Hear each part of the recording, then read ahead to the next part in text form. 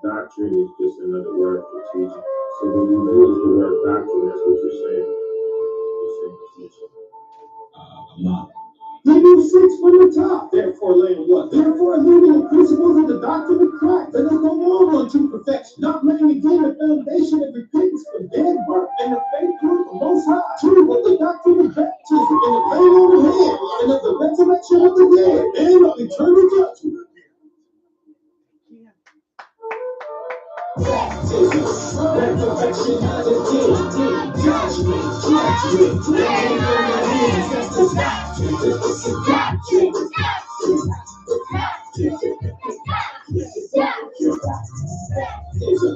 Resurrection of the dead, judgment, laying on the hands, that's the doctrine, it's the doctrine, I can be denied. His teaching is looking like a fountain. When we can be alive, if you tell us, please, in the mountain. When it's not so bad, let's say, and D.A.T. the prophets for that first. Stop the speech and pastors, armies, and slave in Africa. Dragging me walk the place, going up and down, he never existed. In the city realm, at the right hand of the Father, where he's sitting. We're just waiting on that word. Waiting on that word. As soon as the God is giving that word, he comes from the difference in the third. And people be destroyed. Then follow instructions. Go out and get my electric heart and two in the water and justice. But just talking about the baptism is the washing of the water of the word. The scriptures make a difference. John had the greatest word. God was acting the living in the legend saying he had the greatest word. Well, his name is John the Baptist. Deep opinion, that's a word. Said you follow Christ. Right? Well, Christ, not a word. Jesus, serving is not greater than the master. And he started to get that baptism. Resurrection of the dead, judgment, laying on the hands, that's the doctrine, it's the doctrine, the doctrine, the doctrine, the doctrine, the doctrine, it's the baptism, resurrection of the dead, judgment, laying on the hands, that's the doctrine, it's the doctrine, the doctrine, the doctrine, the doctrine, the doctrine. And then let me pray. He already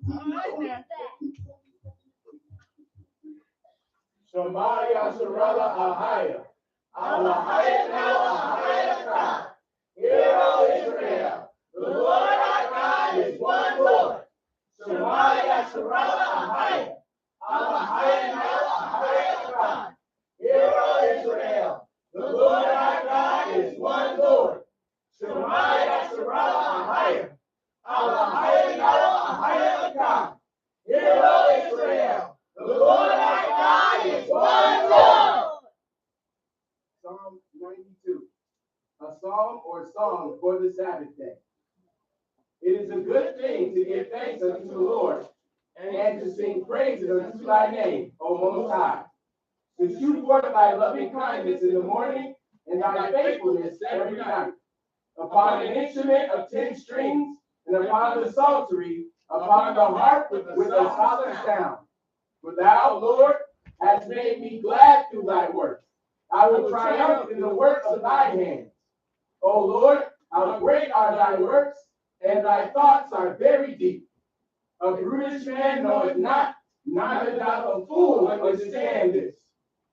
When the wicked spring as the grass, and when all the workers of iniquity do flourish, it is that they shall be destroyed forever.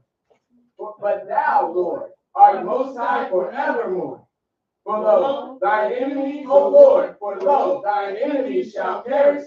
All the workers of iniquity shall be scattered. But my horn shalt thou exalt like the horn of a unicorn. I shall be anointed with fresh oil. My eye also shall see my desire on my enemies, and my ears shall hear my desire of the wicked that rise up against me. The righteous shall flourish like the palm tree. He shall grow like a cedar in Lebanon.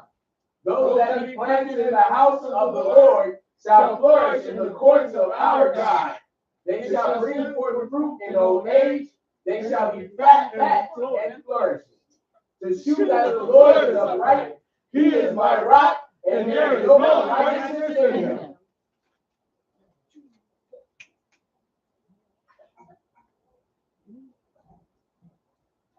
Lord, I cry unto thee.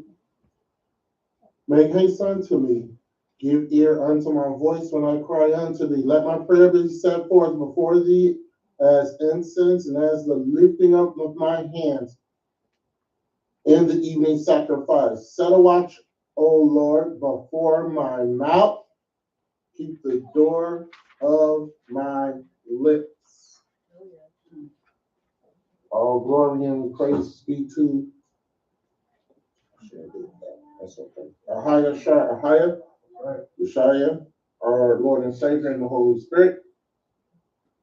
Peace to all the 12 tribes. No, that's what I did want to find it. Peace to all 12 tribes that are scattered throughout the four corners of the earth.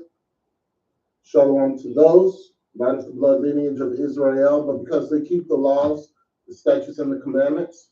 According to Isaiah 44:5, they have the surname of Israel.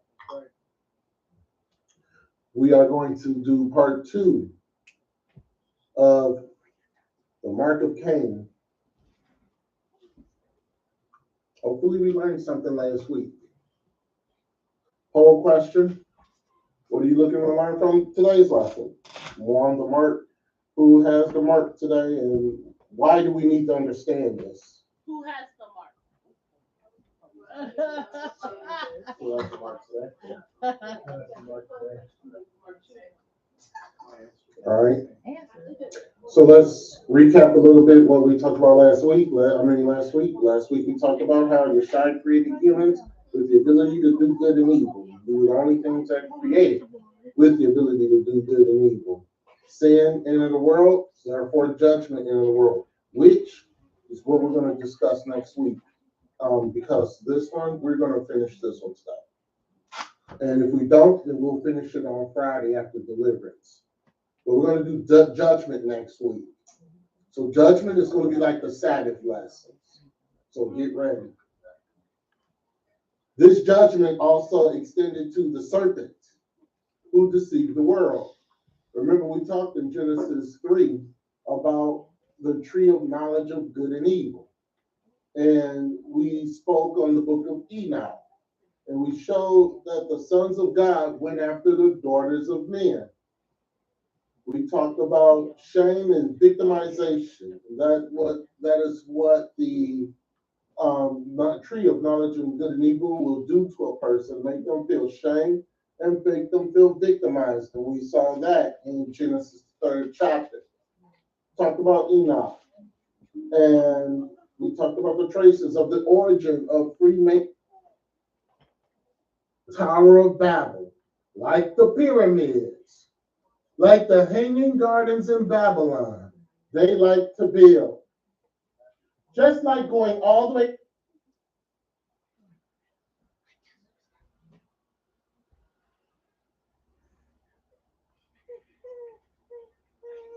What was it? It was at Enoch, right? Mm-hmm.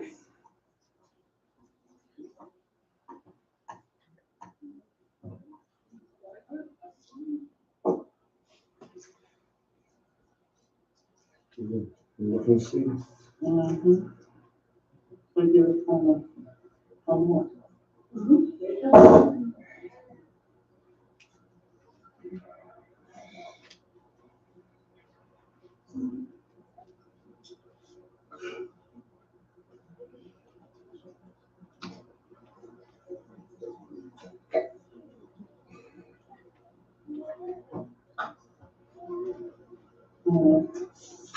Right. We're going to start from where apparently everything got frozen. All right, so we talked about Enoch, we talked about religion, we talked about religious organizations, we talked about Enoch, the Enoch that walked with Yeshua, and the Enoch that was from Cain's lineage. We talked about the line of Jared and the seventh generation from Adam.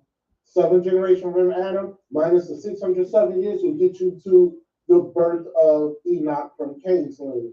So we talked about that. 3382, birth of Enoch that walked with God.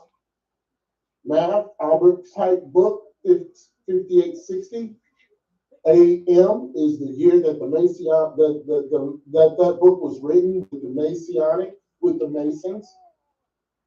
That year is 1871, which is the original book, the original year when Albert Pike wrote Dogmas and Morals and Dogmas. So take 1580 or 5860 minus 1870, and that'll get you the year of their leader. First, we talked about Uno Mundi, the year of the world, and Albert Pike's book. We talked about Cain, we talked about Abel. We talked about the Mason years, and we talked about the 607 years, which is 6 generations. That's where Jared comes in at. So let's pick up where we left off. Now, what we're going to do is, before we read The Secret Doctrine by Blavatsky, because what I said about the esoteric world, which is who we're talking about when we're speaking of Freemasons or Skull and Bones or any of the other quote unquote secret organizations, they try to make good bad, bad good. This is not one of the books. Right? So, in turn evil into good and good into evil.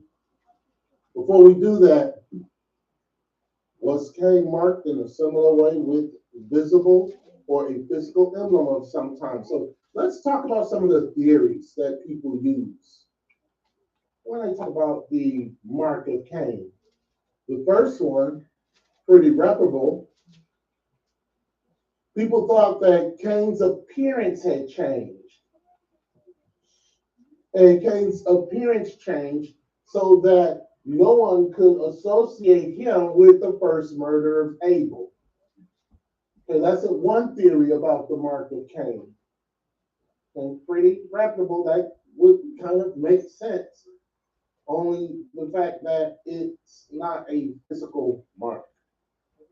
And then, if that was the case, where would he have came from? Because there weren't that many people on the earth at that time.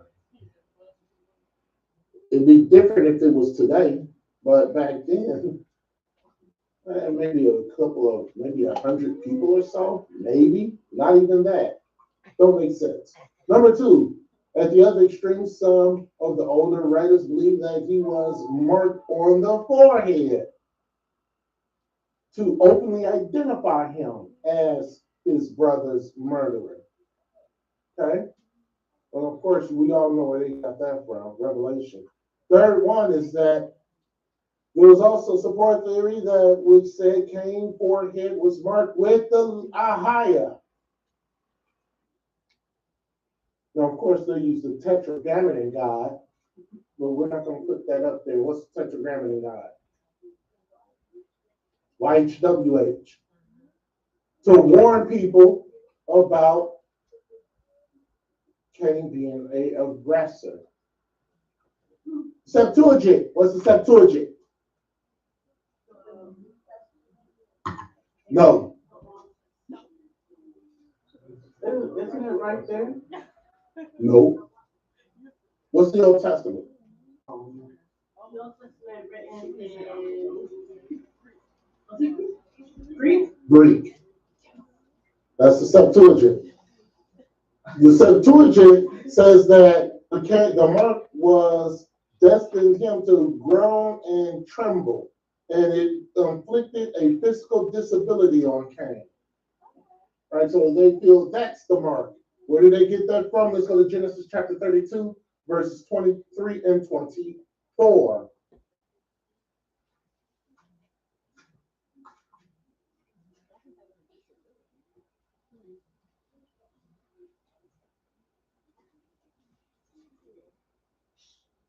Okay? With the struggle of Jacob when he was at the nail. Read that.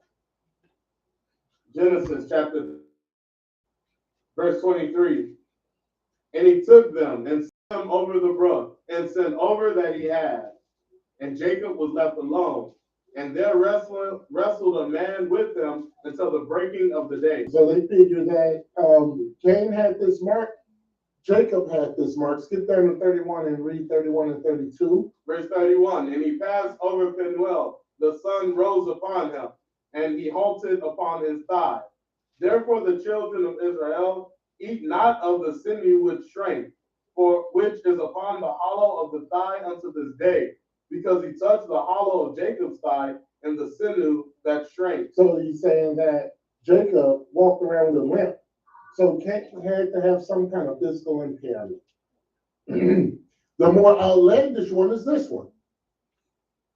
Cain had a horn grow out of his forehead.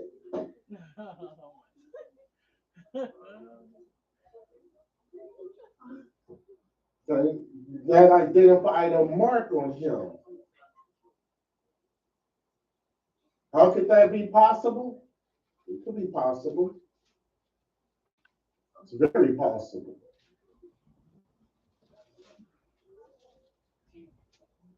Right? It's very possible. But Cain did not have a horn out of his forehead. That's false doctrine. That's incorrect. So there are a lot of theories when it comes to the doctrine of the mark of Cain. A lot of people believe that it was at this point that Cain gave, that Yeshua gave Cain a hook nose, a big hook nose. Others believe that black people came from Cain. Cain was the first black man. And Cain began to produce the black race, dark people. Kind of like what Mormons say, and what the Book of Mormon says in the Book of Joseph about black people. Right. But let's understand something. They made it up because they didn't like black people. They didn't like people with big nose. So they used the mark of Cain to bash people with. There's not one hit, there's not one shred of proof that the mark of Cain was a physical characteristic. Not one shred of evidence. But the Bible does give us some kind of indication on the mark of Cain. Let's go 1 Corinthians chapter 5, verses 12 and 13. So the Bible does give us indications on the mark of Cain.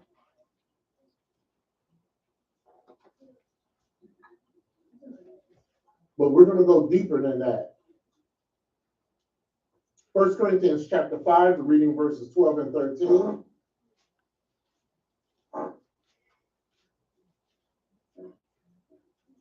All right, let's read it. 1 Corinthians chapter 5, verse 12. For what have I to do to judge them also that are without? Do not ye judge them that are within? What do I have to do to judge them also that are without? It's not people in the church. Next verse. But them that are without, God judges. Them that are without, Shia judges. Read. Therefore, put away from among yourselves that wicked person. So Yeshua judges those who are outside the church. It is not our job to judge people outside the church. If they come into the church, you are to correct people. Yeshua does not do things this way. That is your job inside the church. That's it. What happens in the world is none of our business. It's none of our business. And once we understand that concept, we would be we'd be in a much better place. Everything that goes on in the world, that does not pertain to us. They're doing it what they're doing it because Yeshua is going to judge them. Therefore, we do not have to worry about what is going on in the world. You shouldn't. You got bigger things to concern yourself with. In Israel, they stoned people. And they did it to the church inside. Acts 7, 38 and 39.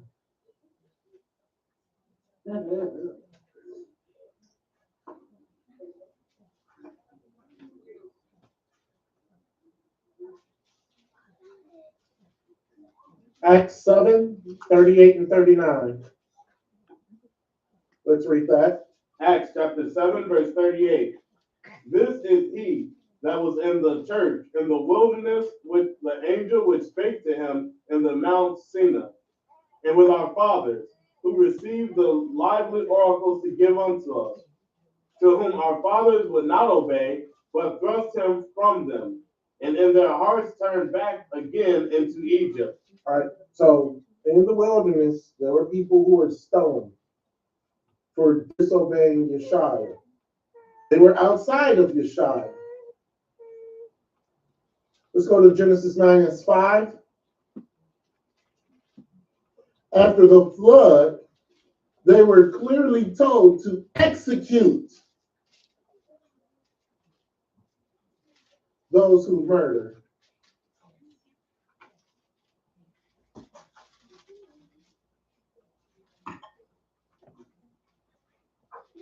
First part of this lesson, we're going to have scriptures. Then we're going to go away from scriptures for a while, and then we're going to come back. Genesis 9 and 5, read that. Genesis chapter 9, verse 5. And surely your blood of your lives will I require. At the hand of every beast will I require. And at the hand of man, at the hand of every man's brother will I require the life of man. All right, so in the Bible, there's only one explanation for a mark. There's only one explanation for a mark. Revelation 14 and 9.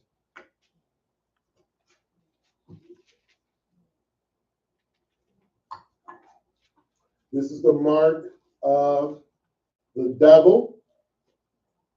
Yes. But I've heard people say that other scripture, they say that that's when we lost dominion over the animals. They were like that's when they started like the lions were tactical. You know what I mean? First part. Is that what First part means? First part. First part. No more dominion. Second part. Kill them if they kill you. If the person kills, kill them. Revelation 14, 9. Revelation chapter 14, verse 9. And the third angel followed them, saying with a loud voice, if any man worship the beast in his image and receive his mark in his forehead or in his hand. It was a mark or a sign of the beast, a symbol, which says this man serves Satan. This man is a servant of the devil. Not a literal mark on the hand or the forehead. As we're going to see. Yeshua had his own mark. Those of you are following, hopefully, well, because you're sitting here, you're following the mark. Let's read it. Exodus 31:13.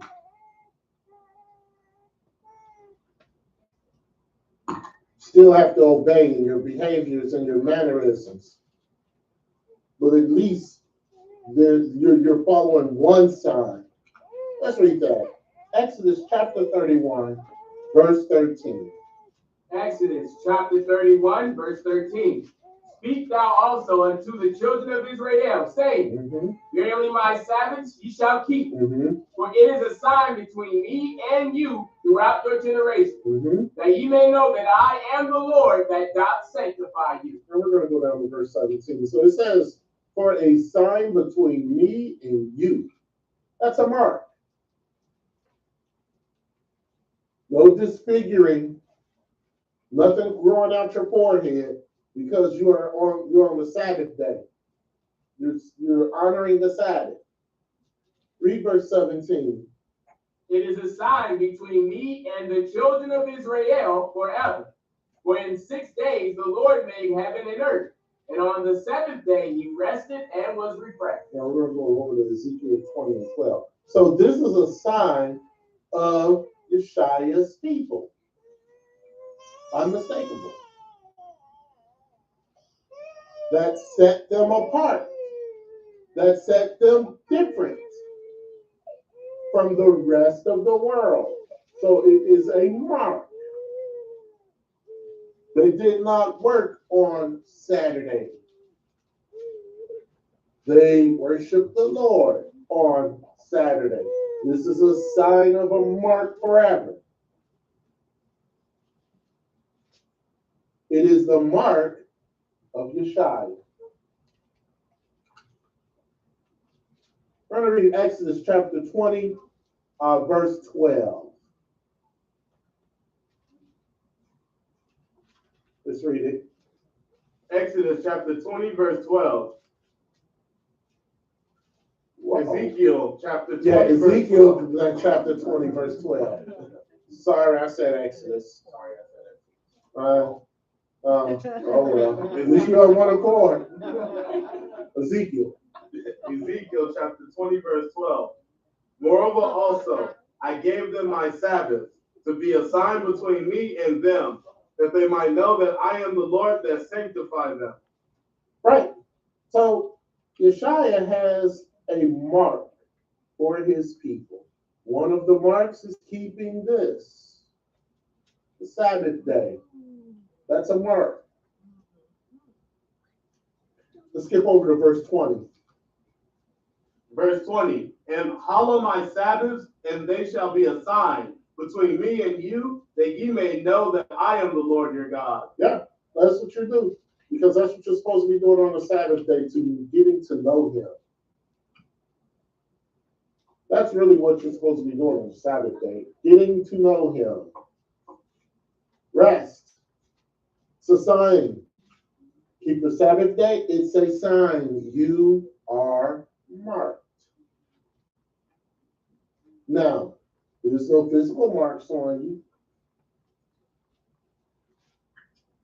Not unless you ask a dumb question and I put a bruise on you through the power of the Holy Spirit. Right. Marks on the behind, and that's a mark. But here is a sign between you and Yeshua, because you're keeping his Sabbaths and you're hallowing it. If you're not keeping the Sabbath and you're not hallowing the Sabbath day, then you're somebody else. You're Judy Lovin. Let's go to Judy Lovin.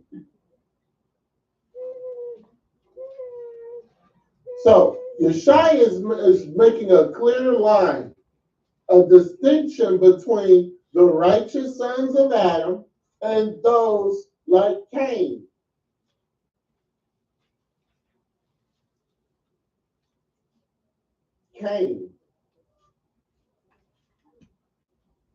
But what he's saying is that he's keeping from judging. Why is that? Because Yeshua has already put people in place of authority. That's why. And it's not us. We were not called to judge. We were called to serve him. He has someone else to judge. He has someone else who's in authority. We are not in authority, and we will never be in authority. Let's read Jude 11. Jude chapter 1, verse 11. Woe unto them, for they have gone in the way of Cain, and ran greedily after the error of Balaam for reward, and perished in the gainsaying of Kor. All right. Oh, wow. So that mark is not physical. There's nothing physical about that mark. From ear to ear. Having to keep the obedience of the follower of Yeshua, or keeping the authority of Satan. They bleeding out right now. Blood transfusion. No, you can't get that. Yes. Yes. So keeping with what you were saying about Luke, the mark not being a physical thing, I want to go to Luke chapter 22 and talk about Peter, because Peter also, without anybody knowing who he had a mark upon him. And it doesn't say he had a mark upon him, but he did. And Luke chapter 22 and verse 56, it says, "But a certain maid beheld him as he sat by the fire, and earnestly looked upon him and said, This man was also with him." Now we know the situation that Yeshua had just been taken, and that Peter was already told that he would deny Yeshua 3 times. But he didn't know how it was going to happen or anything like that. When the 3 people saw who he was and the 3 times that he denied him, it wasn't by people that he had a physical mark of Yeshua. He wasn't wearing, a clothing with an emblem that said, I'm a follower of Yeshua or anything like that. He wasn't even speaking, saying, "Oh my Yeshua, why have they taken him?" Because Peter was hiding because he was scared. So there wasn't anything open about Yeshua, about Peter speaking, saying that I follow Yeshua. It wasn't even that the people saw him before and said, "I saw him before." It was because of his mannerisms. And remember, Peter wasn't speaking or preaching or anything like that. And when we think about emulating Yeshua, that's what you're thinking about. And Peter wasn't doing that. In fact, Peter did the opposite by denying, being scared about Yeshua. Just like Yeshua said, and even in that sense, he was still operating in the spirit of Yeshua. He wasn't denying him because he was wicked and evil, but he still had the mark of Yeshua on him. And that's why those people knew that even without Peter saying anything, preaching or teaching anything, they already knew who he was. Interesting. But we have that same mark today. I was telling the shepherd about, I had went to this place for the first time to get a pedicure, and I didn't say anything about Yeshua. And the woman who was doing my pedicure kept looking at me, and she kept smiling at me. She didn't speak English, and she just kept smiling at me, and she kept rubbing her heart, and she just kept smiling and rubbing her heart. And she tried to tell me she was motion, and the other lady related. She said, "It's just something about you that touches my heart." I never said I'm a follower of Yeshua. I never said anything, But she just kept staring at me, and then she kept smiling and touching her heart, and she was bowing, and I'm like, what is she doing? But it's not until the other lady said that it's something about you that's touching her heart. Interesting. I never said anything about Yeshua, none of that. And she said, "When you come back here, I'll take care of you. And she kept saying, "Your feet are new, they're new." And you mean you didn't have a mark that said, "I follow Yeshua" on your forehead? Or a shirt that says, "I am of the nothing"? Nothing they can look at? Yeah. A bumper sticker, maybe? I have none of that. And she just kept saying, while she was doing my feet, she kept saying, "They're new, they're new, they're new." And she just kept smiling, and she would touch her heart, and she would bow, and I was just smiling. And she said, she told the other ladies to tell me that every time I come there, make an appointment with her, that she would take care of me. Yeah? That's if you are willing to follow Yeshua. There's a light in those people who are willing to follow Yeshua. So it's not like it's a mark. It has Everything didn't die with the disciples like some Christians think. Right. It's a mark. Mm-hmm. Let's read this. Morals and Dogma, Albert Pike, page 200. It'll say second section, because we read the first section, which people almost were gonna stone me. Or let's read section 2. And I think we read this already, but I want to make sure that we read this. I think we read it last week, though. Yeah. Let's read that, section 2. The legend of this degree is thus. Partially interpreted, it is of little importance whether it is in any wise historical, for its value consists in the lessons which it inculcates, and the duties which it prescribes to those who receive it. The parables and allegories of the scriptures are not less valuable than history. Nay, they are more so, because ancient history is little instructive, and truths are concealed in and symbolized by the legend and the myth. There are profounder meanings concealed in the symbols of this degree, connected with the philosophical system of the Hebrew Kabbalists, which you will learn hereafter, if you should be so fortunate as to advance. They are unfolded in the higher degrees, the lion, Ariah, which also means the altar, still holds in his mouth the key of the enigma of the Sphinx. No, it's REA. Keep reading. I think that was Oh, that was it? Yes. What Okay. does it say?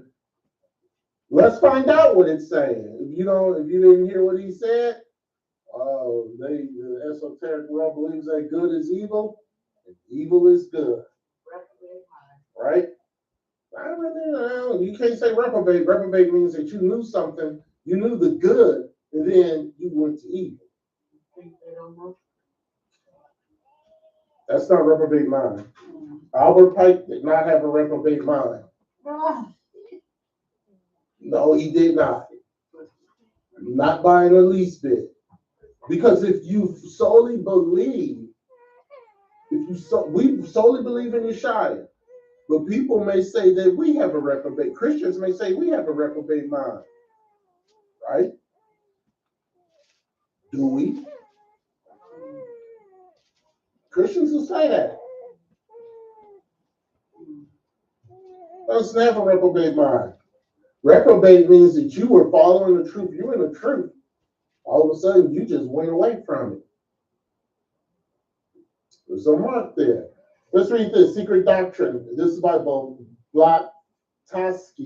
And it says, once more, that the key to Genesis, listen to this, is in our hands.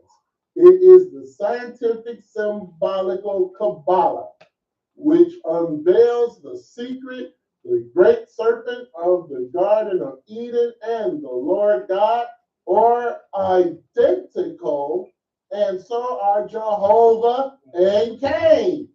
One, so Cain is the God of this world who gave his power to rule to his son, and he dedicated the city to him.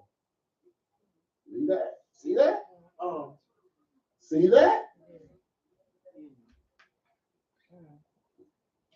Wow.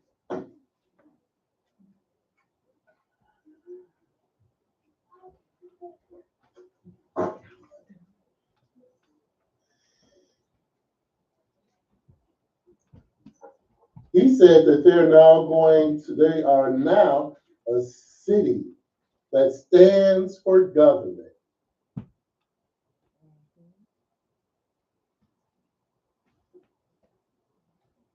Isn't Babylon called a city? Yep. Wow. Good is evil, evil is good. That's what they're saying. Babylon is a city. Enoch got power to rule over the city.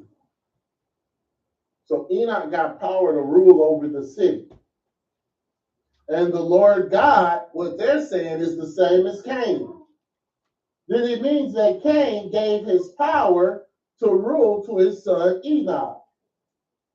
And the mark of Cain was transferred to Enoch. Who all believe that? Show of hands. Well, they scared. You know. Nobody believes it? Okay, wow, that's a tough crowd. The mark of Cain transferred to his son Enoch. And that line has been unbroken ever since.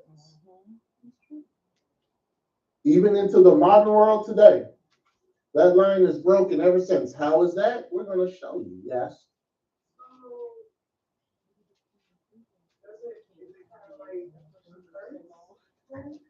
No, Yeshua did this.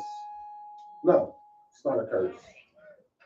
Cain, referred to in theology as a murderer, a liar to Yeshua, attempts the king of Israel to number the people.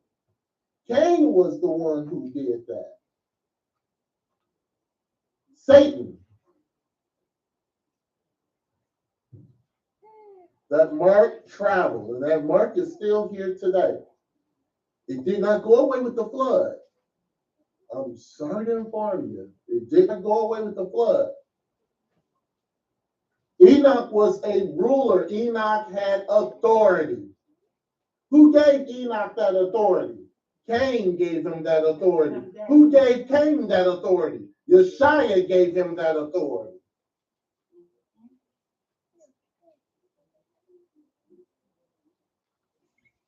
Do y'all know why? You know why that had to be like that?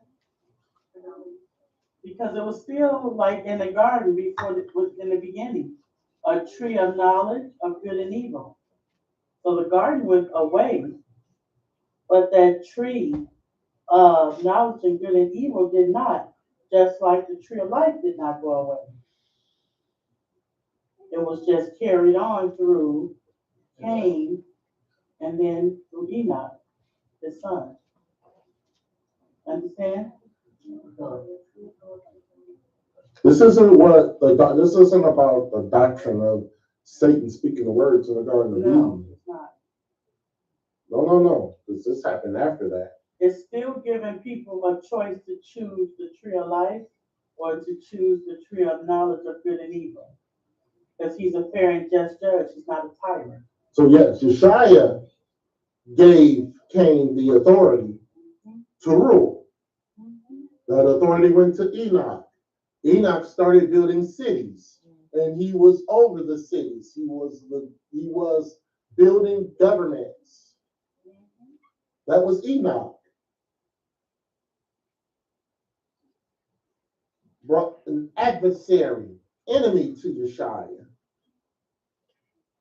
And the people who are under the esoteric world, Yeshua is the enemy. Cain is revered. I told you earlier, it's good is evil. Evil is good to them. We're going to see more. Somebody had their hand up? Yeah. Yep. So my question is right now when you said about that you think from Cain went to Enoch, so with the knowledge of good and evil and the tree of life, right? No, incorrect. That's not correct. Tree of knowledge of good and evil went through Cain to Enoch, not the tree of life.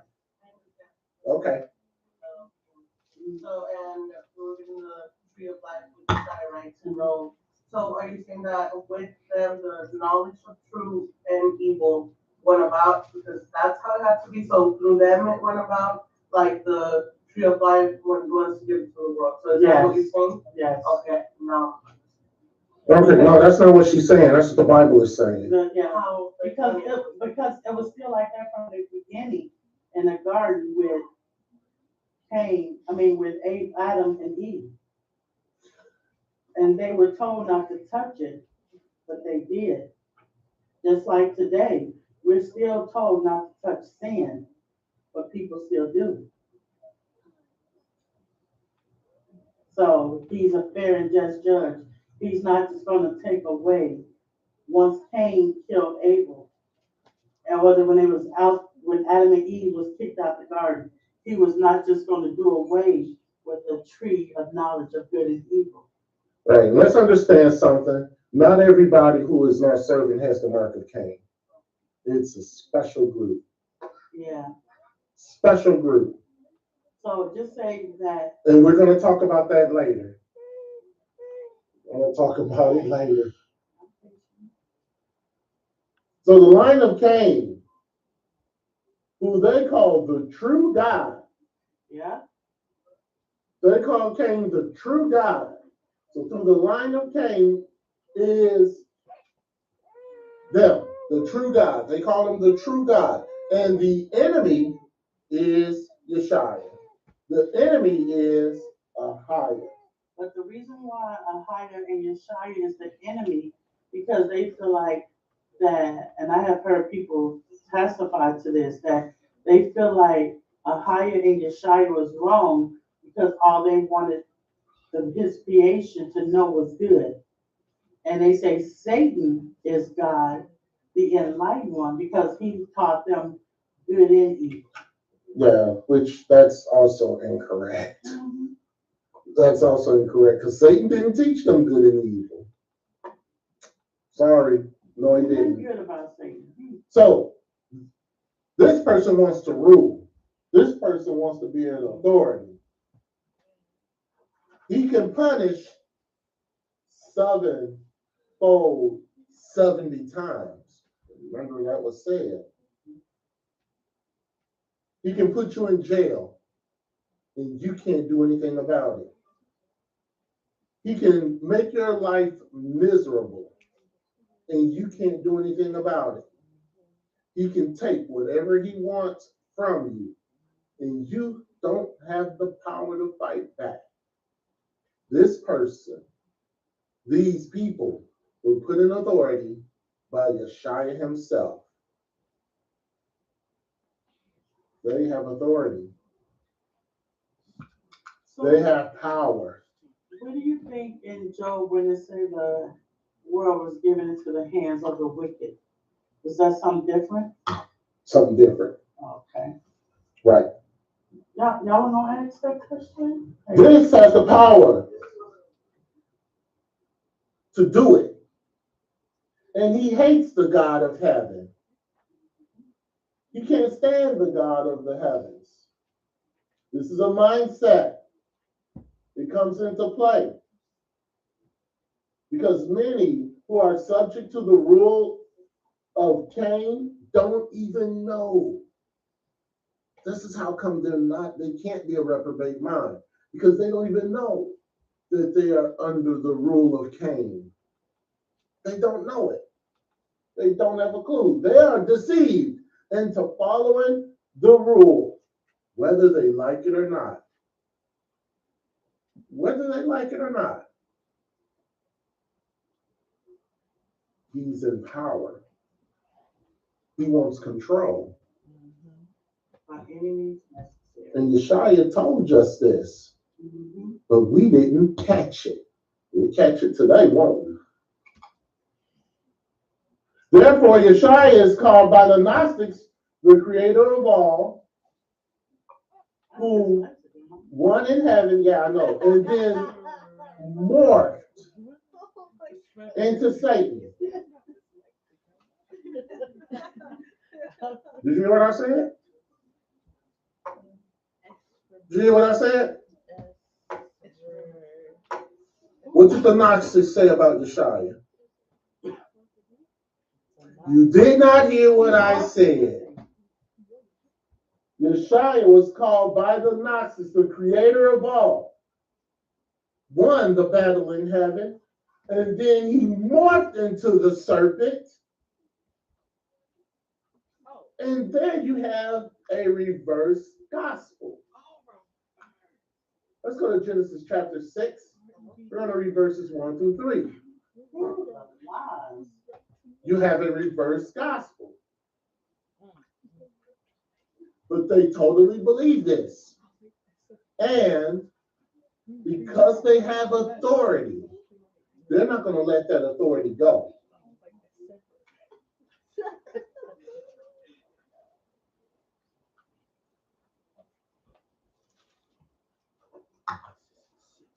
Genesis, the 6th chapter.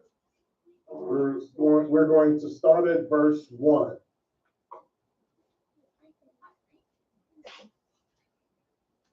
All right, let's read that. Genesis chapter 6, verse 1. And it came to pass, when men began to multiply on the face of the earth, and daughters were born unto them, that the sons of God saw the daughters of men, that they were fair, and they took them wives of all which they chose. Verse 3.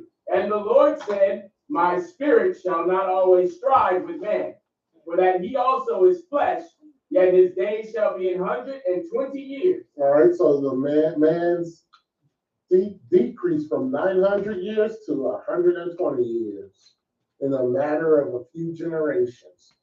Methuselah was the last one that lived at 969. After that, Methuselah was Noah's great-great-grandfather. It's only a few generations before Yeshua said 120 years. How long did Noah live? 6 something. So the daughters, the sons of God saw the daughters of men. We read that in the book of Enoch. Enoch 6, Enoch 7, no, Enoch, 6, 7, and 8. We read that in the book of Enoch. And we understand what that means now through the book of Enoch. Seth had the righteous line that's in the Bible is Seth. There's other ones who are not mentioned in the genealogy because it says that they had sons and daughters. Those were the ones who were originally called the sons of God and started seeing Cain's daughters. And they started mating. Put it nicely.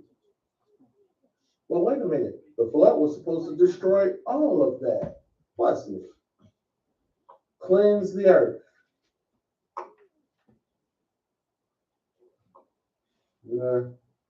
Didn't happen. Didn't happen. So how did it not get destroyed? How did what not get destroyed? The mark of Cain. Mark of Cain is not a physical mark. I know that. It's not a. How did it still live on after the deluge? Was it the information that was found? What information that was found?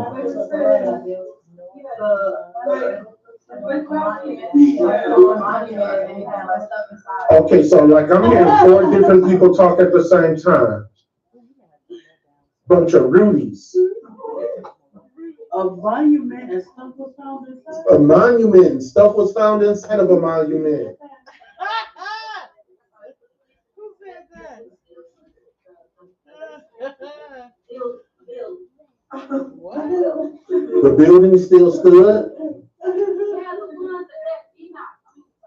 It survived the flood and had information from Enoch, from Cain. So how did that information get off the flood? Incorrect. No, that's not what happened. That's right. That's not what happened. The evil spirits start increasing on the planet. Cain rules with ruthlessness through his line. Time and time until we get to Lamech. Chaos, oppressive power. You mess with me, and you mess with my authority, I will kill you. Men began to multiply on the face of the earth. And what were they doing? They were killing each other. The ones who were in authority, giants, We read that in the book of Enoch. Men of renown. So Cain. I will sort you out. I will kill you. So Cain's son Enoch, original gangsters. So as I've said before, Yeshua's beautiful children go shopping at the mall, and the men of Yeshua go and they see the little tight skirts on the daughters of Cain. Who do they go after? Who did the sons of Israel go after when they were in the wilderness? Tantalizing. The women of Midianites were tantalizing to the Israelites. Intermarry. And when Yeshua says, don't intermarry, and Yeshua says, I have to cut off mankind to 120 years. I cannot allow him to live past 120 years. Now, we all understand and know there's no such thing as Nephilim. There's not a word Nephilim in the Bible, even though they try to give one of Esau's wives and say that her name was derivative from Nephilim. That's incorrect. Oh my goodness. Oh my goodness. The sons of God, the line of Adam, daughters of men. These people are in authority. They want authority. Yeah. And they'll do anything to get authority. Right? Morals and dogma. This is, I'm not going to keep saying this to goodbye over Pike because it's right there. Morals and dogma. Let's read page 197 and 198. Let's read that. Listen carefully. The supreme, self-existent, eternal, all-wise, all-powerful, infinitely good, pitying, beneficent, and merciful creator and preserver of the universe was the same. Hold on a minute. Now remember, they're not talking about Yeshua. They're not talking about Ahiah. They're talking about Cain. Keep going. By whatever name he was called to the intellectual and enlightened men of all nations, the name was nothing, if not a symbol and representative hieroglyph of his nature and attributes. Mm-hmm. The name Al represents his renown, his remoteness above men, his inaccessibility. Baal or Bala, his might, Elohim, his various potencies. Ayuha, existence, in the generation of things. None of his names among the Orientals were the symbols of a divinely infinite love and tenderness and all bracing mercies. As Moloch or Molech, he was but an omnipotent monarch. A what? Omnipotent monarch. They're talking about Moloch now. Keep reading. A tremendous and irresponsible will, as Adonai, only an arbitrary Lord and Master. When you're in Christianity, when you call Adonai, El Shaddai, remember those? Elohim. Yeah, that was Jehovah Tishkadu or something like that. Did you see what he said? Keep reading. As Adonai, only an arbitrary Lord and Master, as El Shaddai, potent and a destroyer. So that's what they're calling them in Christianity. When they running off those names, destroyer. To communicate true and correct ideas in respect of the deity was one chief object of the mysteries. Mm-hmm. In them, Purim the king and Purim the master obtained their knowledge of him and his attributes, and in them that knowledge was taught to Moses and Pythagoras.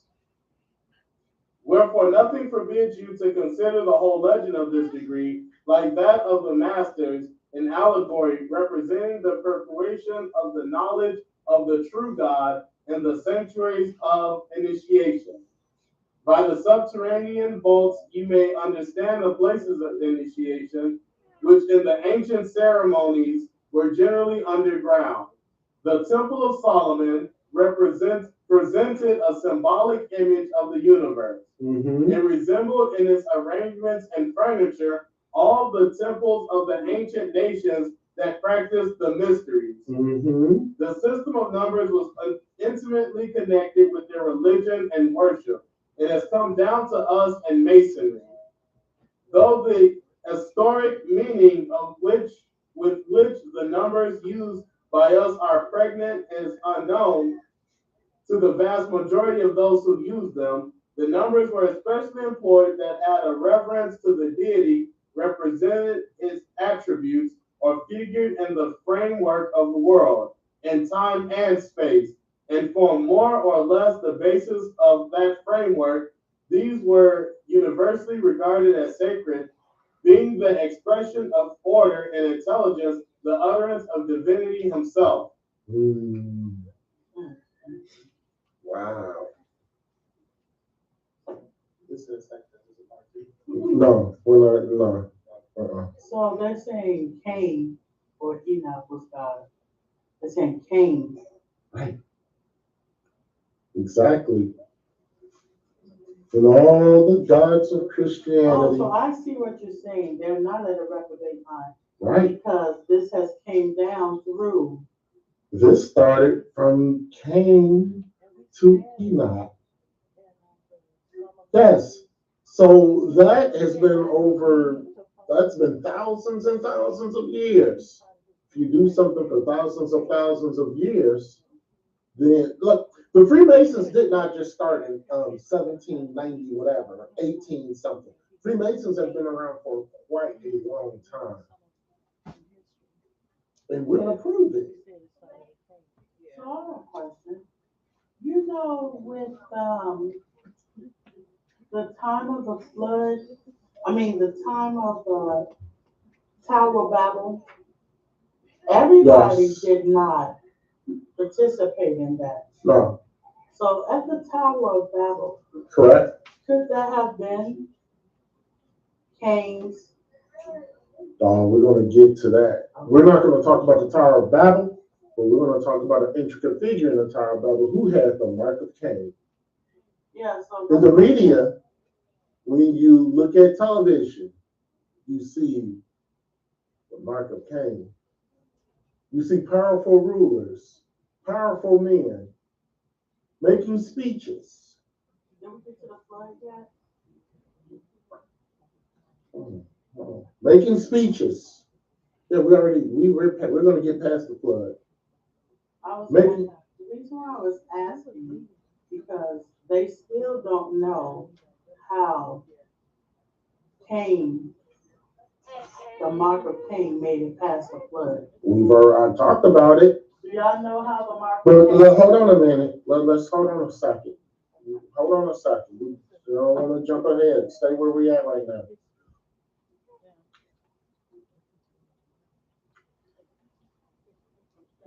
Wicked men in the earth.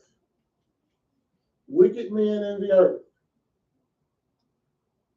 Their heart is evil continually. Read Genesis 4:24 again.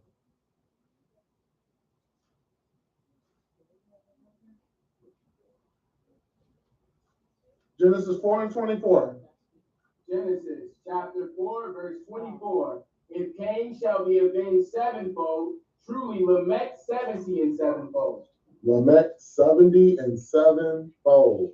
So when the 70 and 7, he said that I will destroy everyone except for one family. Now, of course, that family was perfect, right? I think there may have been some daughters that were possibly married to them. Who knows whether the daughters of men or the daughters of God, or perhaps the line of Cain came through them, and the line of Cain came through the ship. Bam. There you go. I know what the book of Jasher says, but like I said, we can't take everything for the book of Jasher for seriously. Yeah. Come on, man. The daughters of men, Yeah, came through the line of Cain, yeah. the sons of God. Could that have possibly happened on the ark? Yes. I have a precept from the book of Jubilees. This is talking about where the descendants of what I haven't looked at Jubilee, so what you about to bring? Well, what you got? well, it talks about Cain and when they were dispersed of their own parts. What do you got? What do you got? What do you got? We got a lot to go. Chapter 8, verses 3 to 4. All right. This is Canaan. He found a writing which former generations had carved on the rock, and he read what was thereon, and he transcribed it and sinned owing to it. For it contained the teaching of the watches in accordance with which they used to observe the omens of the sun and the moon and stars and all the signs of heaven. Verse 4, and he wrote it down and said nothing regarding it, for he was afraid to speak to Noah about it, lest he should be angry with him on account of it. Who wrote that? Jubilee. This was Canaan. This is the son of Ham. Canaan. Wait, hold up. Canaan, the son of Ham. He saw the marking in the rock. He wrote it down and he transferred. Oh, okay. All right, but that's not what I'm talking about. That's not what I'm speaking of. Well, I ain't got there yet. So, when it comes to the flood, remember what it says in Genesis 6. Remember what we read in the book of Enoch. The sons of God married the daughters of men. Who was on the ark?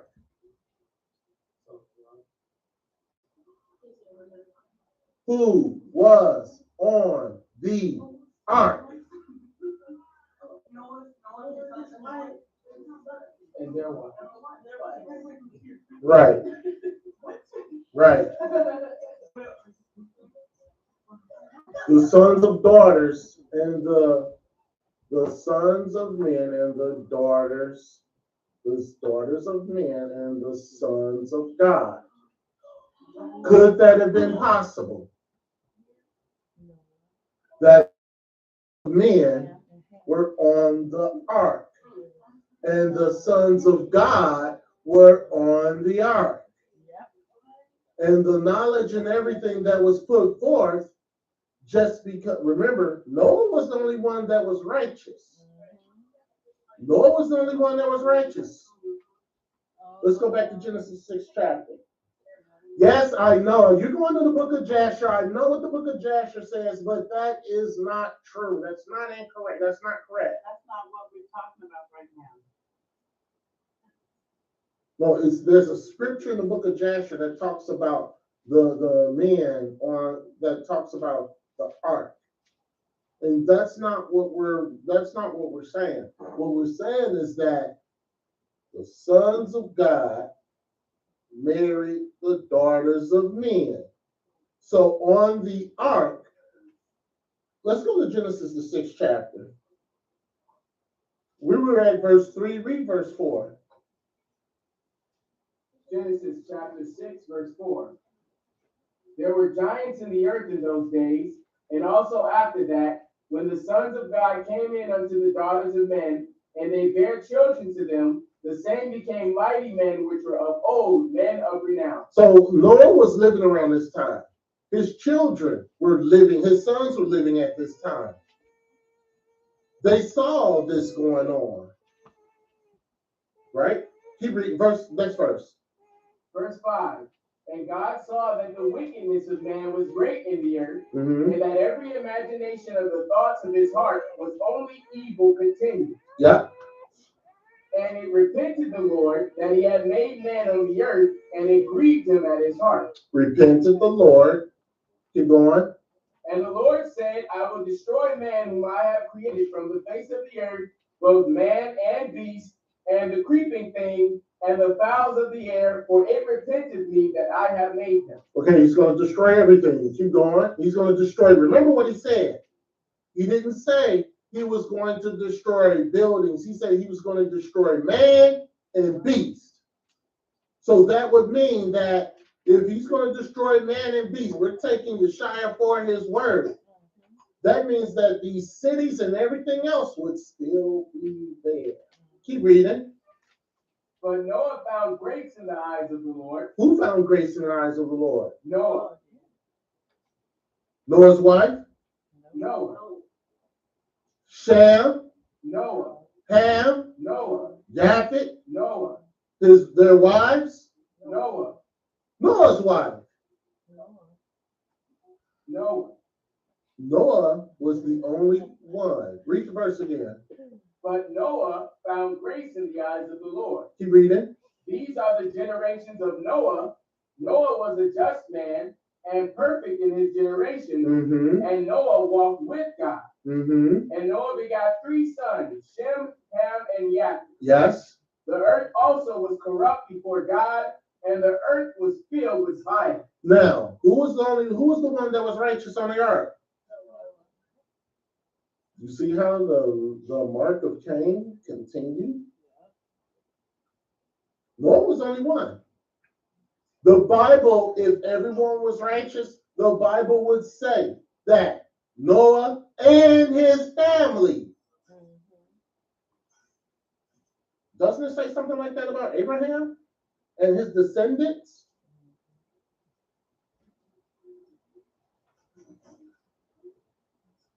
Yeshaya also said that when it came to the flood, what was he going to destroy?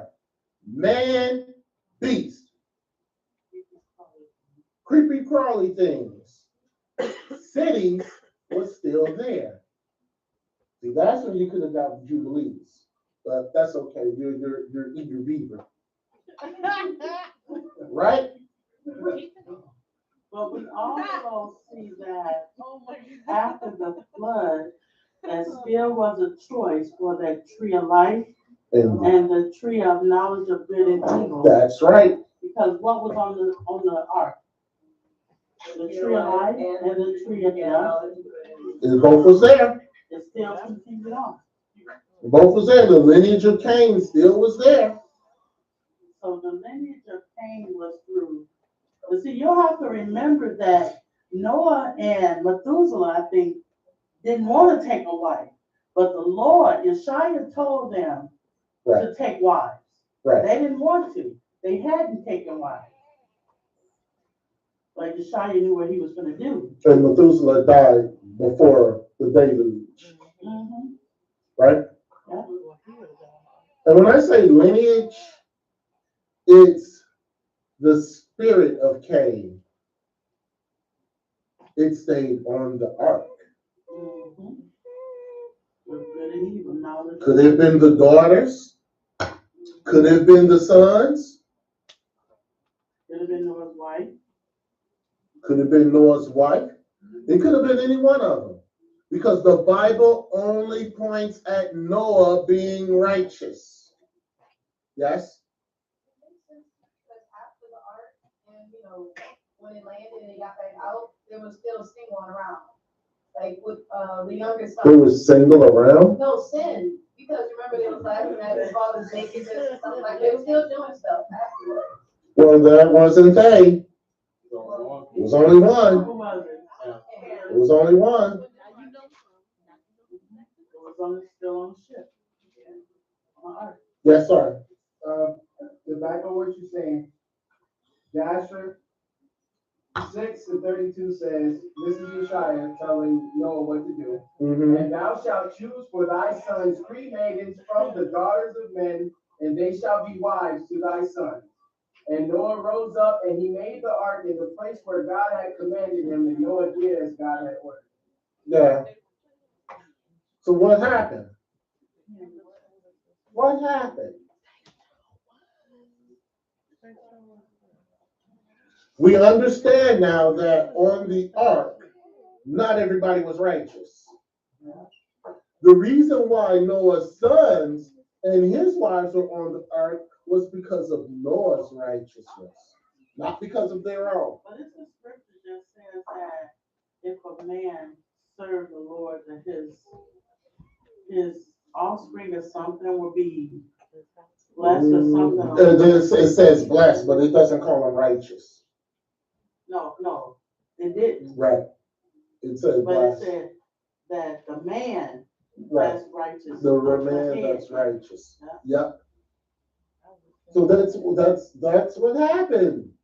Now y'all see how it continues. Oh, It yeah. was a monument and had some stuff inside, and they read and they did it. That was funny. 70 times 7. 70 times 7.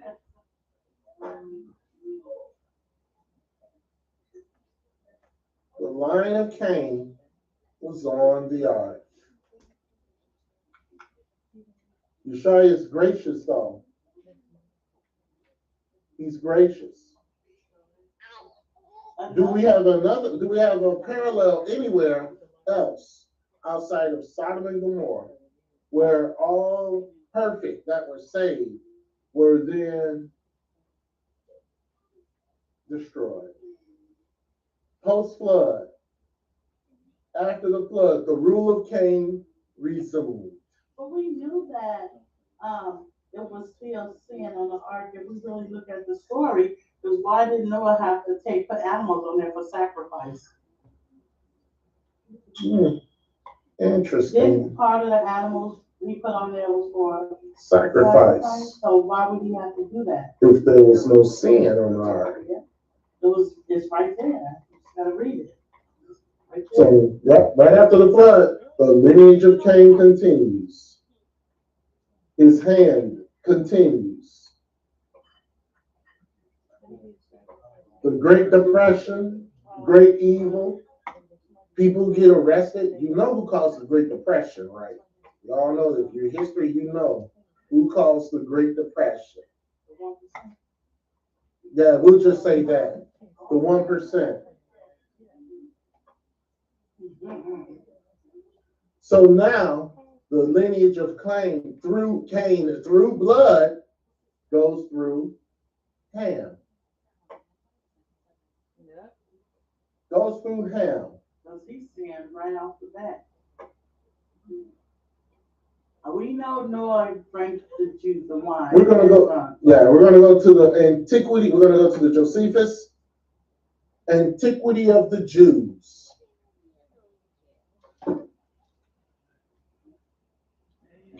Let's find out about Nimrod. Book 1, chapter 1, section 2. Antiquity of the Jews. That's in the Josephus. Book 1, chapter 1, section 2. We're going to read that. Let's see the line of Noah, the lineage of Cain continuing through Nimrod.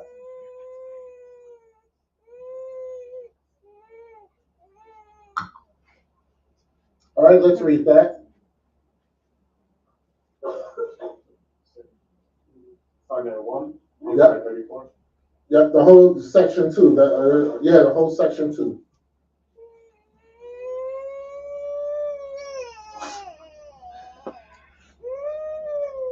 Adam and Eve had 2 sons.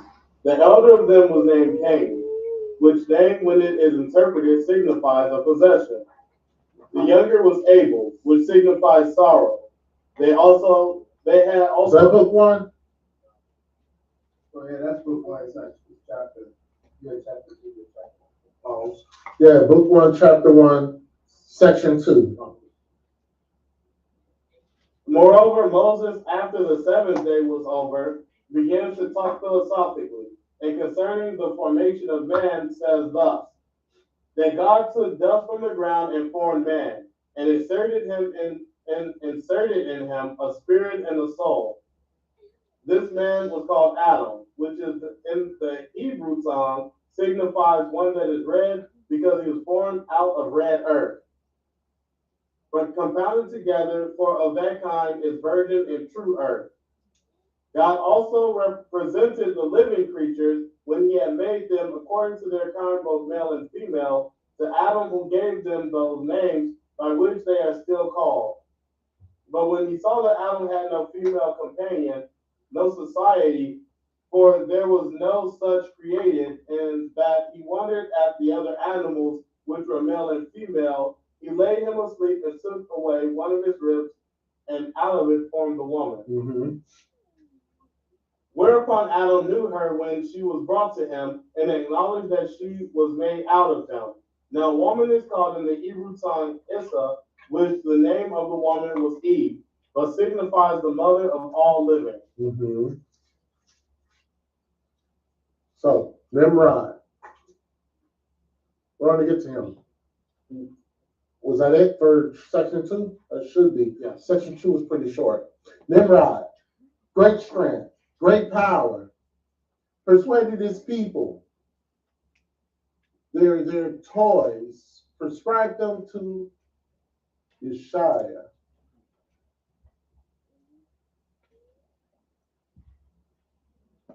And he made them to believe that it was their courage, their power, their happiness. It's the same philosophy today, also same philosophy that the government uses today. Tyranny. The same mindset of Nimrod is the same mindset that goes today. And we're going to show that. Turning the fear of God to the fear of man. It's the same thing that went on today that started off with Nimrod, who was from the lineage of Ham. Same thing. Let's stay in book 1, chapter 2. We're going to section 3, and we're reading verses 115 to 118.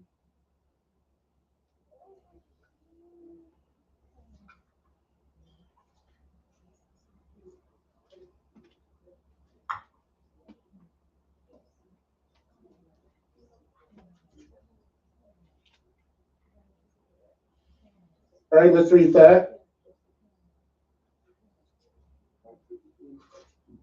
Section 3 starts at 6. We start on section 3.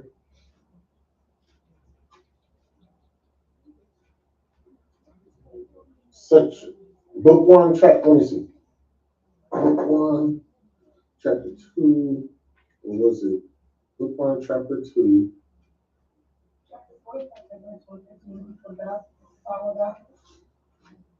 Yeah, that's Chapter 4. it's chapter 4. Yeah, section 3. Section 3 starts at 115. Yeah, that's what it is.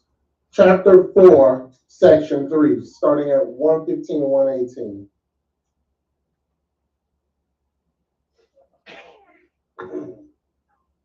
Now the multitude was very ready to follow the determination of Nimrod, and to esteem it a piece of cowardice to submit to God.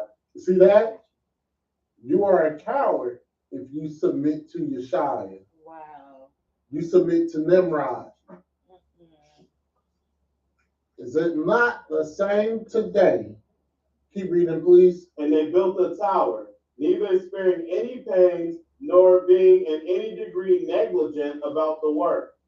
And by reason of the multitude of hands employed in it, it grew very high, sooner than anyone could expect.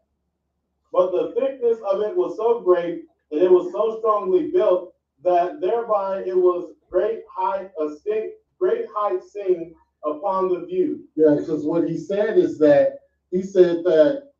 God is not going to flood the earth no more. We're going to make it upon ourselves to build a tower so that he will never drown the world again. And we're going to build that tower so high that the waters won't be able to reach the top. These are masons. That's Mason. It's masonry. Let's continue on, please. It was built of burnt brick, cemented together with mortar, made of bitumen, that it might not be liable to admit water. It might not be liable to admit water. They made it waterproof. This is the man who's in authority. Wow, come on now. This is a man who's in authority, who challenges God, and not in a good way. He begins his rule as the legitimate heir and power, and he has power over the children of disobedience. They made it waterproof, so there was no way that Yeshua is going to do this again to us. Keep reading. When God saw that they acted so madly, he did not resolve to destroy them utterly, since they were not growing wiser by the destruction of the former sinners. But he caused a tumult against them by producing in them diverse languages, and causing that through the multitude of those languages they should not be able to understand one another. So when people are doing wrong, and they were doing wrong, Yeshua did not destroy them. He could have destroyed them, but he did not do that. He could have struck them down, every single one of them, but he made a promise to Noah. He could have did that. But he said, because of their ignorance, I am not going to do that.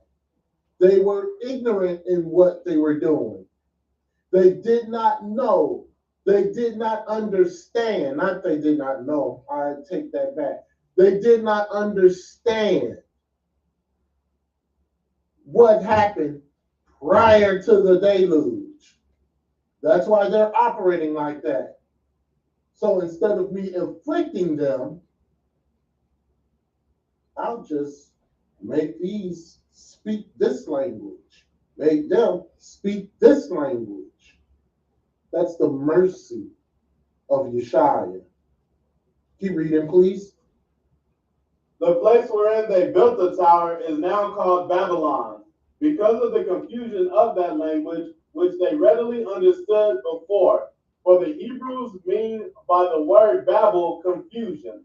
The Sybil also makes mention of this tower and of the confusion of the language, when she says thus: when all men were of one language, some of them built a high tower, as if they would thereby ascend up to heaven. But the gods sent storms of wind and overthrew the tower, and gave every one his peculiar language. And for this reason, it was that city was called Babylon. Freemasonry. In Morals and Dogma, and in other esoteric writings, it says that the Tower of Babel was the start of their enterprise. But it makes sense because, like, when we were doing this lesson, and Mother was showing me, she was saying the pyramids, and I didn't understand what she was trying to show me. But if these pyramids was built, the Tower of Babel was built with burnt bricks, waterproof. Was these pyramids that's been put all over the world that they have had, what children of Israel to build? They have stored artifacts in there. Was it not waterproof? Yeah. So we're going to get to the Egyptians in just a moment. I didn't understand what Mother was trying to show me. I kept telling Shepherd, I keep hearing pyramids, but I couldn't figure it out. I'm like, yeah, we'll get to the Egyptians in a minute. You have a question? Yes. So, when Nimrod built Babylon, right? He wasn't supposed to build the city, but he did.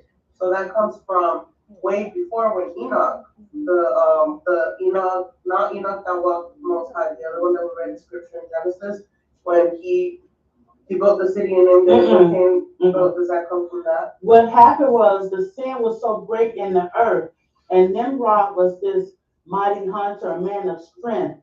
People moved to his city and they paid him for protection. Right, because remember, Nimrod did not start off evil. No, he was really protecting the people. But Nimrod got an ego, you know? The line of Cain. And then he stole the garments. Wait, he stole something. What's that? Adam, He stole the sacrifice. the sacrifice. And then as people started moving into his city and paying him, he got a God complex. You know what I mean? It was only a matter of time before the lineage of Cain rised itself up. And what better way than masonry? Yeah. Going all the way back to Enoch. Masonry. And Freemasons say that the Tower of Babel was the start of their enterprise with the Tower of Babel. Enoch, then other writers trace it back to Nimrod, but it's the same thing.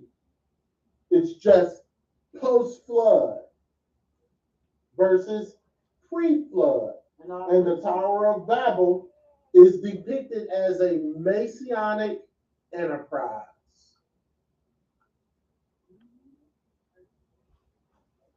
Pike regards the Masonry Babel as represented as the Messianic enterprise. The Tower of Babel, the most ancient of traditions of Masonry. Don't make any question about it. This book right here goes into Nimrod.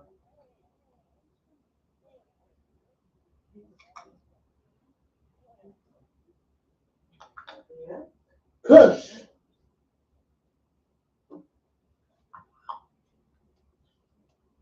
Cush, in their constitution, was called the founder of Masonry. Yeah. Sculptors, architect, city dwellers. A little old country mouse like us would not hold up to these city dwellers. Making towns out of masonry. Nimrod was a mason himself. They love building things. Enoch loved building things. Cush loved building things. Nimrod loved building things. And in fact, the seven wonders of the world, what's one of them? Not the pyramids. What's another one, rather? Who? Niagara Falls. Strike one. Whatever Stonehenge? Not Stonehenge. That's Stonehenge. Not the Sphinx. Yes! The Hanging Gardens in Babylon. Isn't that one of the seven wonders of the world? Who built it?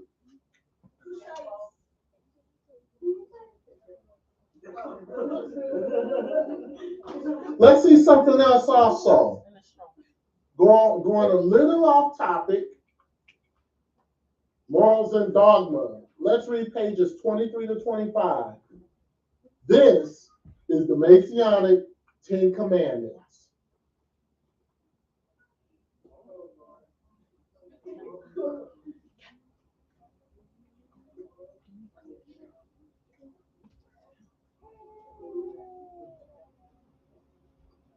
Now we're starting to form an idea of the lineage of Cain. Builders. That's one part of it. We're going to see these builders throughout. All the pyramids, the aliens built them. Nope, it was built on slave labor. Let's read that. Morals and Dogma, pages 23 to 25. Page 23.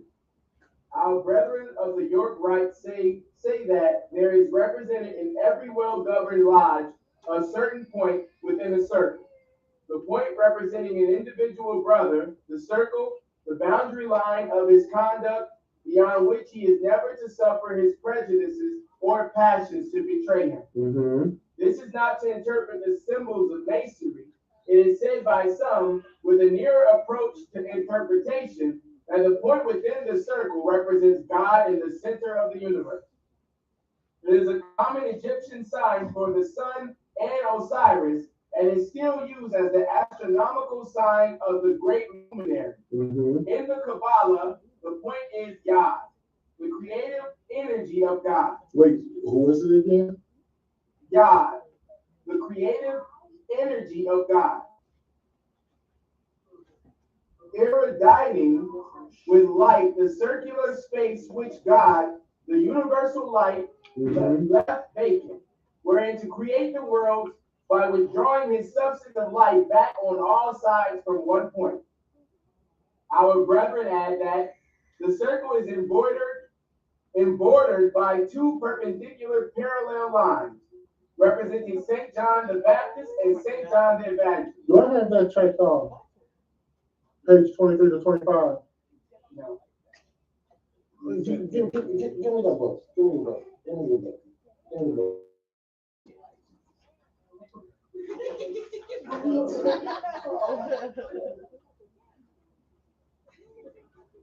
No, I don't have it checked off. You should have told me that I didn't have it checked off, because you're reading something that's not correct.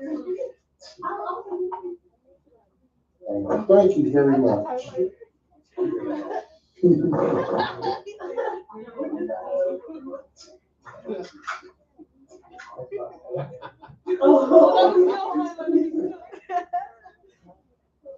All right, you're going to start on page 23, the Holy Scriptures, and then you're going to end after the 10th commandment where it says I put a little mark there.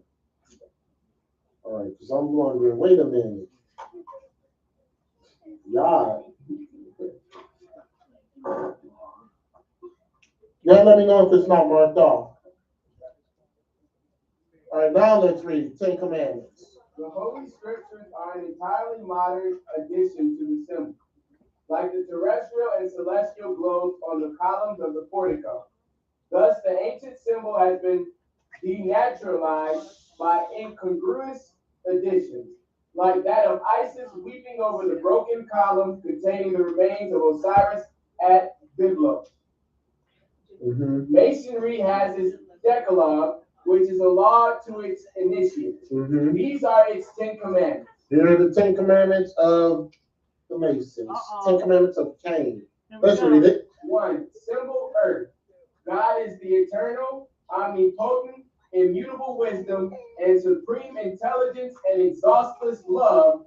Thou shalt adore, revere, and love him. Thou shalt honor him by practicing the virtue. Mm-hmm. 2. Mm-hmm. Symbol, the full moon. Thy religion shall be to do good because it is a pleasure to thee, and not merely because it is a duty. That thou mayest become the friend of the wise man, thou shalt obey his precepts. Thy soul is immortal, thou shalt do nothing to degrade it. If you did not know the Bible and you came across a Mason and they were reading this to you, what would you think? Number 3. Symbol, earth. Thou shalt unceasingly war against vice. Thou shalt not do unto others that which thou wouldest not wish them to do unto thee. Thou shalt be submissive to thy fortunes and keep burning the light of wisdom. 4. Symbol, full moon. Thou shalt honor thy parents. Thou shalt pay respect and homage to the aged. Even the heathens say, honor your parents. Isn't that interesting? Wow. Keep going. Thou shalt instruct the young. Thou shalt protect and defend infancy and innocence. Innocence. 5. Why they keep Simple trying to kill earth. all our children? Thou shalt cherish thy wife and thy children. Thou shalt love thy country and obey its laws. Why they promote 6. adultery? Simple full moon. Thy friend shall be to thee a second self. Misfortune shall not estrange thee from him. Thou shalt do for his memory whatever thou wouldest do for him if he were living. They're not going that far off. You have to understand that they believe that this is the way to live. They're not going that far off. If you're expecting some kind of wild and crazy doctrine, you're mistaken. Exactly. Right. You do it way off. This is how they operate. Keep reading. 7. Mhm. Simple earth. Thou shalt avoid and flee from insincere friendship. Thou shalt in everything refrain from excess. Thou shalt fear to be the cause of a strain on thy memory. You know they're getting this from the Bible, right? Keep reading. 8. Simple full moon. Thou shalt allow no passage to become thy master. Thou shalt make the passage of other profitable lessons to thyself. Thou shalt be indulgent to error. 9. Simple earth. Thou shalt hear much. Thou shalt speak little. Thou shalt act well. Thou shalt forget injuries. Thou shalt render good for evil. Thou shalt not misuse either thy strength or thy superiority. Be slow to speak, quick to listen. Correct. Keep going. 10. Simple full moon. Thou shalt study to know men, that thereby thou mayest learn to know thyself. Thou shalt ever seek after virtue. Thou shalt be just. Thou shalt avoid idleness. But the great commandment of masonry is this: a new commandment give I unto you, that ye love one another. He that said he is in the light and hated his brother remaineth still in the dark. Uh-huh. I told you. Listen to what they're saying. If you had never read the Bible and someone says that this is a better life for you and started reading morals and dogma and started going through the 10 commandments of Freemasonry, you'll be caught. Hundreds and hundreds of years of this. You will be caught.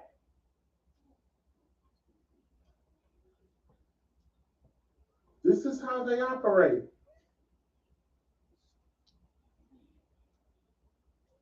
Now what we're going to do is we're going to go through history.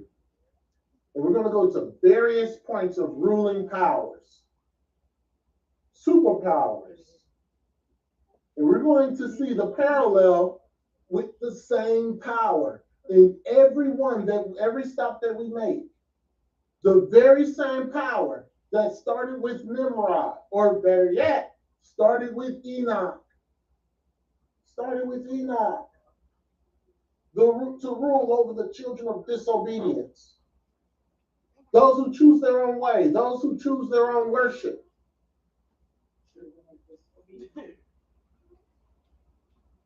They worship their own way to God.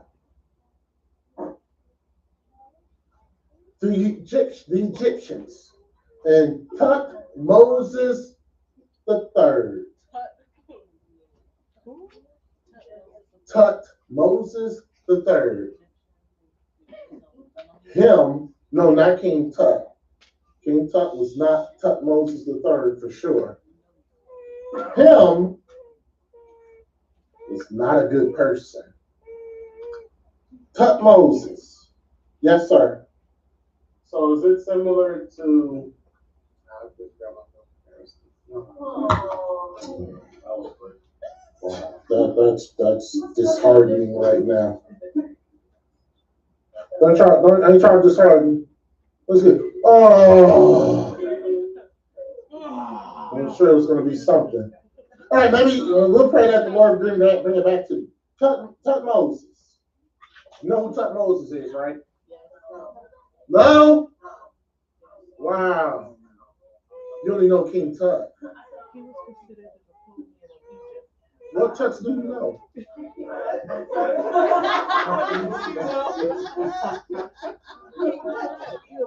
King Tut, really? Tut Moses. Let's see Tut Moses. Let's go to Exodus chapter 5, verses 4 and 5.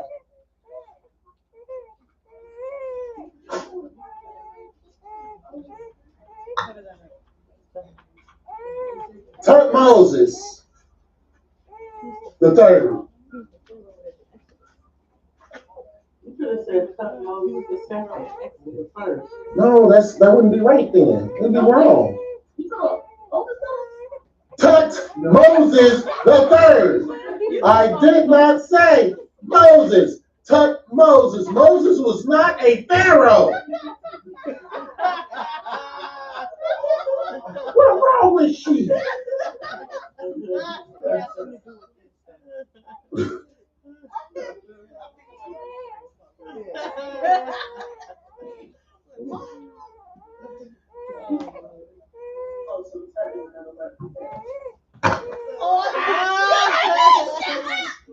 I'm paying you from asking questions. That's his name, Tut Moses. What's his first name? Tut Moses. One name. Tut Moses.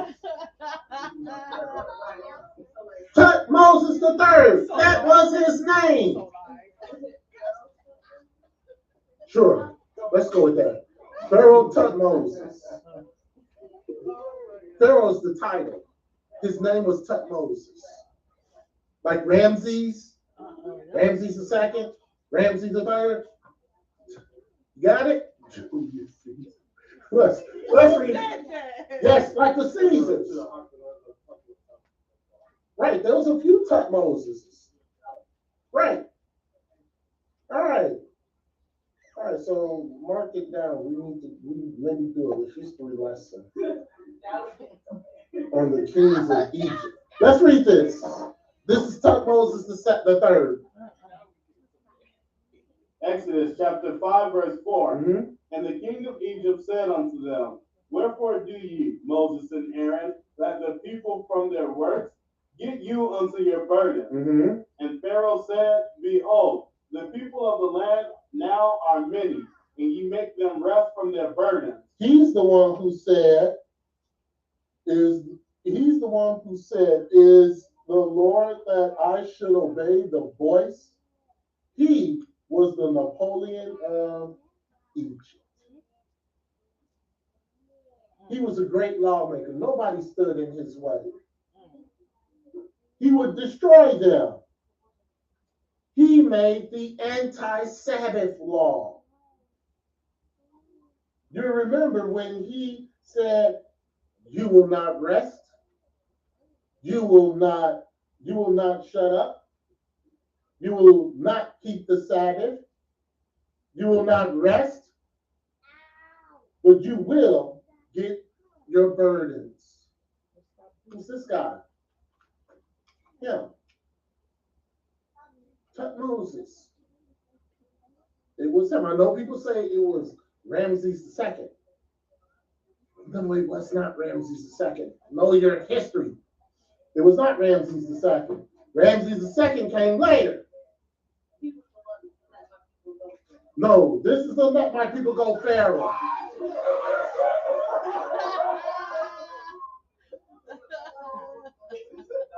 This was to let my people go. This was the one who said, no, yes, no, yes. No. No. This guy. He made laws which counted on Yeshaya's law. He was an authority. He was an authority.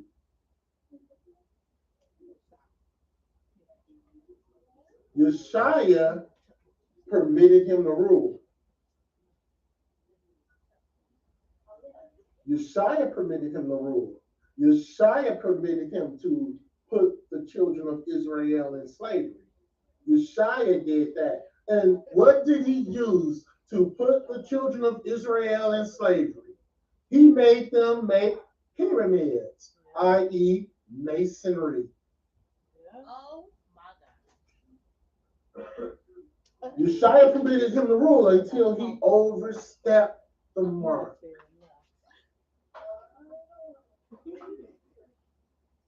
He was in authority of Egypt. The Egyptian terms of government was all under his authority. And he was dominant even over his own children.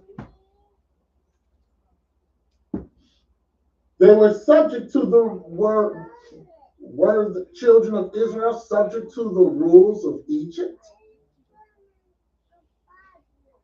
Yes, no, maybe. Yes, they were subject to the rules of Egypt. Did this Pharaoh have power over the children of Israel? Yes, he had power. He enslaved them. Yes, he enslaved them. Did he have power to oppress them? Yes. He had power to oppress them. But there's a limit. 70 times 7. You understand? There was a limit.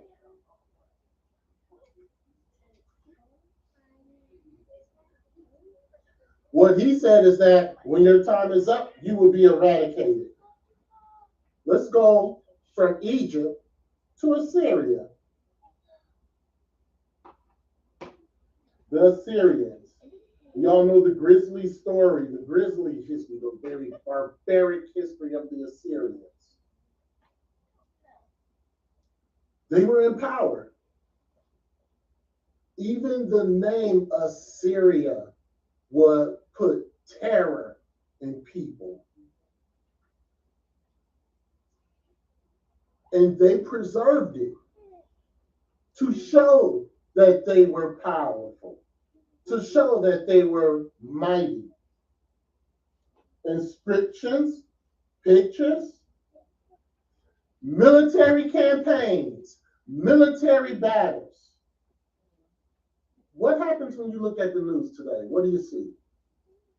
Military campaigns, military battles. You see this today. You see terrorist groups who in Afghanistan and Iran and Iraq would put fear. Syria would put fear in just by their name.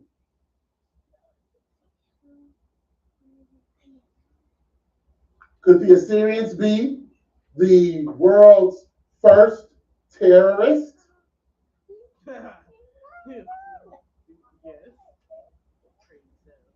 The horrific things that they did.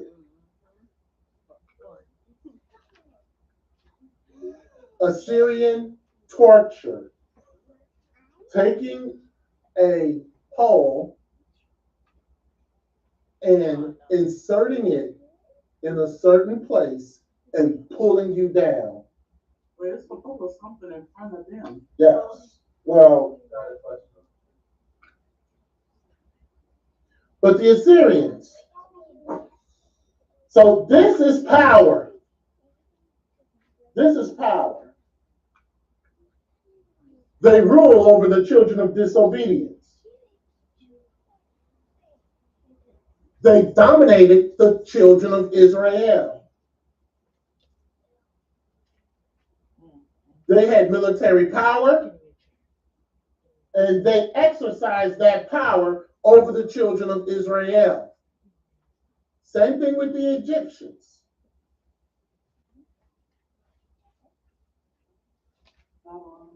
They did that over the children of God. Northern tribes really felt the brunt of this. driving people through spikes. This is a 14th century depiction. And what is this a depiction of? It's still driving them. There's the spike. There's the person. There's the Assyrian soldier. There's the Assyrian soldier. Right there. Those are the beginning stages of crucifixion. The impaling them through the chest and stomach. 150 miles from Baghdad.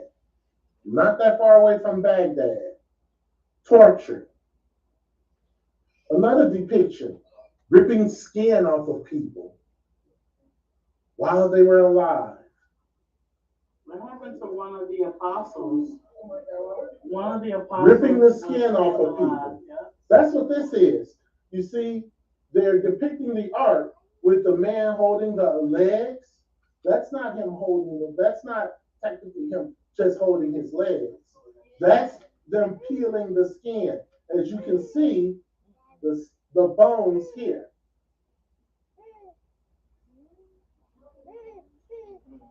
These are the Assyrian warriors. That's a kid. This is power. This is authority. If you do not obey by my rules, I will kill you. I will destroy you. Remember Nimrod? I'm sorry, not Nimrod. Manasseh? What they do to him before they dragged him to prison? What did they do to him? So, Assyria is built on military might, military power. Those who oppose Assyria were dealt with quickly. Devastation. They ran roughshod all over Mesopotamia. Beheadings. This is a beheading. Not like the medieval beheadings where they put you through a guillotine. They just drive it through the back of your neck and they saw until your head was taken off. This was their army.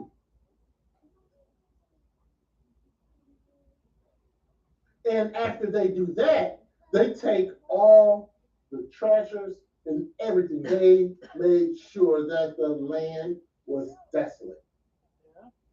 They took everything. Because they had to pay for more conquest. And how do you pay for more conquest in the ancient days? You annihilate an entire land.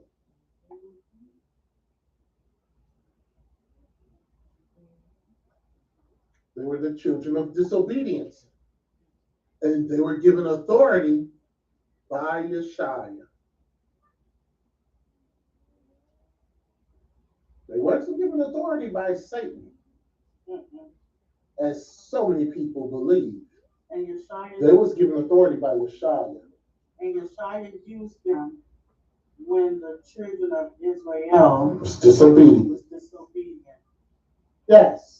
That happened with Babylon. We're going there. We're not there yet. But it happens to this day. You see Assyrian armies decapitating people, strung up on poles, spears through the body, the cruelest of cruelties. But what did they get like? And people were afraid. Yeah. People were terrified of these guys.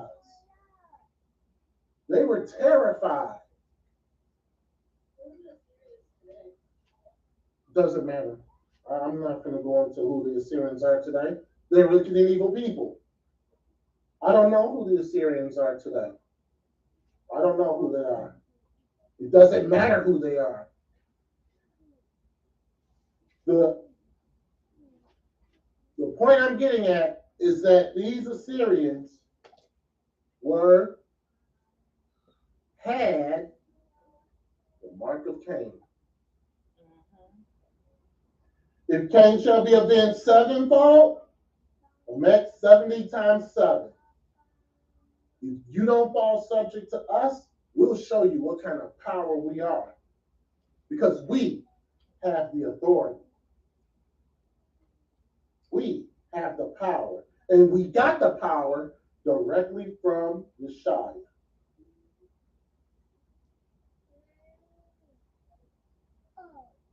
Roman law, Roman government. You break one transgression of ours, and we will annihilate you. We will destroy you. Our moral deeds is none of your business. But if you break our laws, we will hunt you down. We will destroy you. Does that ring a bell? The Roman Empire. Let's talk about the Roman Empire next. We're going to get back to Babylon, the Babylon Empire in a moment.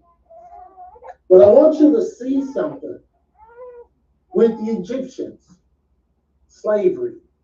Do what I say, or else you pay the consequence. No Sabbath law, changing the laws. No Sabbath for you.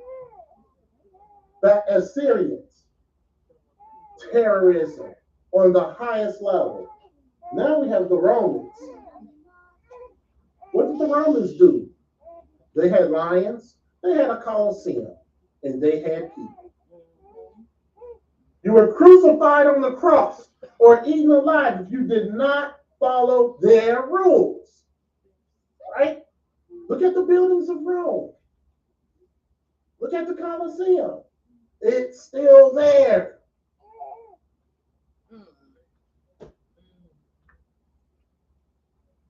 Whip you like they did Yeshua. But whip you until your insides were hanging out. Crucifixion. The Romans made the crucifixion an art. And this guy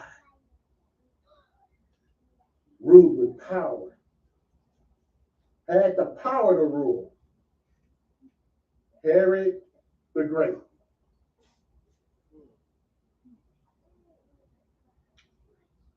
The mark of Cain. How does Herod the Great have the mark of Cain? How is that? Let's take a look at Herod the Great. He was a madman. I think we all know. He was a madman. He murdered his own family. Great many rabbis that he had murdered. Because he had the power to do so. Rule over Yeshua. Did he rule over Yeshua's people? Yes! He ruled over Yeshua's people. Did he produce laws against Yeshua's people? Yes. Did he torture Yeshua's people? Yes. Did he put Yeshua's people in slavery? Yes. He did all that. Look at what he built. Look at what he built. The temple.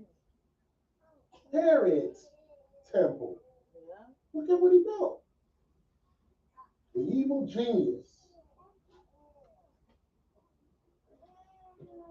He committed crimes to satisfy his ambition. And what does the children of Cain, or the lineage of Cain, like to do the best? Build. To show their might. To show their power. They like to build. Exactly. Like the Tower of Babel. Like the pyramids. Like the Hanging Gardens in Babylon. They like to build. Just like going all the way back to Nimrod. But isn't the pyramids connected to so-called Illuminati and stuff like that? I mean, in that part, yeah, but that's not, that's like well, I'm just saying the whole, today, but that's not No, that's not what we're getting at. Yeah, because when they talk about the pyramids now, they try to talk about the different layers of Yeah, that's distinct of people. yeah, That's not that's true. that's Illuminati crap. Yeah, that's not true. I'm not dealing with that. Yes, of the Bible, the historical atlas of the Bible. They just putting their pyramids with them putting their mark in the earth. Correct. The mark of Cain. The mark of Cain. That had nothing to do with the different layers of the eye of Horus and. Hold on for that Well, for it a did, but second. the original, when the pyramids was made, it was to show. It was to show his power. His mark. It was to show their power. It was to show their mark.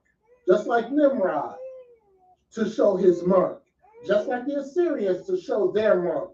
The Babylonians, to show their mark. The Greeks, to show their mark. We'll get to the Greeks in a moment, too. The Romans, to show their mark. And how do the Romans did they oppress us? How did that happen? How did Rome oppress us? Through Herod. Through the lineage of Herod. All right, let's read that. Historical Atlas of the Bible. We're going to read pages 256 and 257. That should be marked. The brief period of peace was short-lived, as Rome itself slid into civil war again, and consequently its rule over Palestine weakened. You sound kind of faint. Go ahead. The brief period of peace was short-lived, as Rome itself slid into civil war again, and consequently its rule over Palestine weakened. Mm-hmm. But then the Roman Senate named the political astute Herod, who was probably half Jewish, king of Judea in 40 BC. Herod conquered his kingdom 3 years later with the aid of Roman soldiers, Mm-hmm. and ruled it for the next 31 years as a puppet king of Rome. Mm-hmm. He subdued his unruly kingdom and his own treacherous family with ruthless cruelty. He was a cruel man. Keep going. Backed by his own army, Mm-hmm. and established fortresses in many parts of his kingdom. So he had his own army. Remember, the mark of Cain. And not only did he have his own army, well, what did it say? And established fortresses in many parts of his kingdom. Established fortresses, builders. That mark continues. Keep reading. Where he could find security in times of trouble. During his uneasy period of peace, Herod built new cities and provided buildings for every kind of different civic need, from baths, theaters, and gymnasiums to a temple for an emperor worship, and above all, a magnificent rebuilding of the temple itself, the central symbol of the Hebrew religion. It was all done through forced labor and extortionate taxation. It was done through forced labor and extreme taxes. The mark of Cain. The mark of Cain through King Herod. Who did he have that taxation against? The children of Israel. Forced labor. Who? Israel. Keep going. The diversity of buildings points to the deep differences between Jewish groups during the whole New Testament period. The Herods and their supporters, the Herodians, remained a major force in Palestinian politics until the Jewish War of 66 to 70 AD. Oh, yeah. Herodians were not, that wasn't Herod's line. There were two different lines. People say that the Herodians were Herod. No, they weren't. They were separate. They were a separate group, a whole separate entity from the lineage of Herod. Herod was well, we're not going to continue to say he's nuts. Keep reading. But most of Hebrew Palestine, Judea, and Samaria was put under the direct rule of Roman procurators in 6 AD. Now, this man was cruel, a cruel ruler. but he had rule over God's people.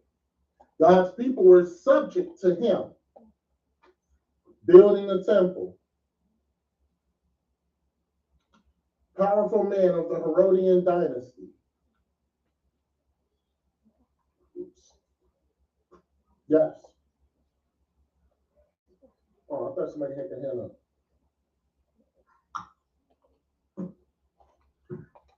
He died, and then his kingdom was split. Herod Antipas.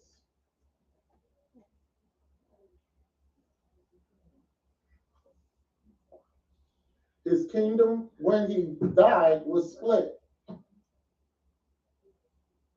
Herod, he considered himself a Jewish man, even though he was Idumean. He was an Edomite.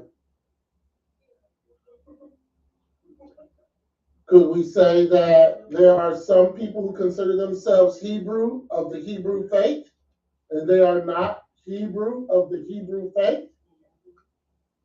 Some people that believe in the laws of the Torah and do not consider them.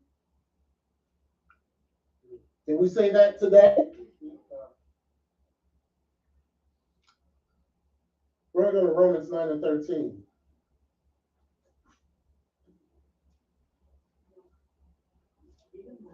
And Canis Antipas appointed Herod governor, 25 years old. This is the Herod who had John the Baptist beheaded. He was ruthless. 2 years later, his nephew took over.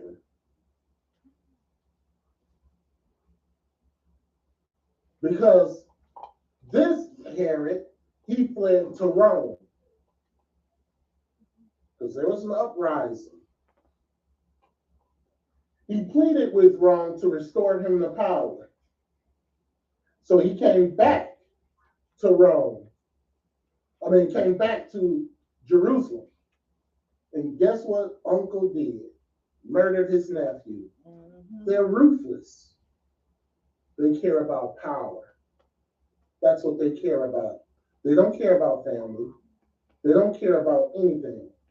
The Herods were a soap opera of madness. Romans 9 and 13. Let's read that. Romans chapter 9, verse 13. As it is written, Jacob have I loved, but Esau have I hated. So we understand that Yeshua hated the mindset of Esau. The mindset of Esau, that's what he hated. Herod claimed to rule over Yeshua's people. And he had the mindset to rule over Yeshua's people. But did Yeshua allow him to rule over his people? Getting tired, huh, everybody? Tuckered out. Nobody answered. Yes! Yes! He had the power to rule over Yeshua's people. Did he lead the government? Yes, he did.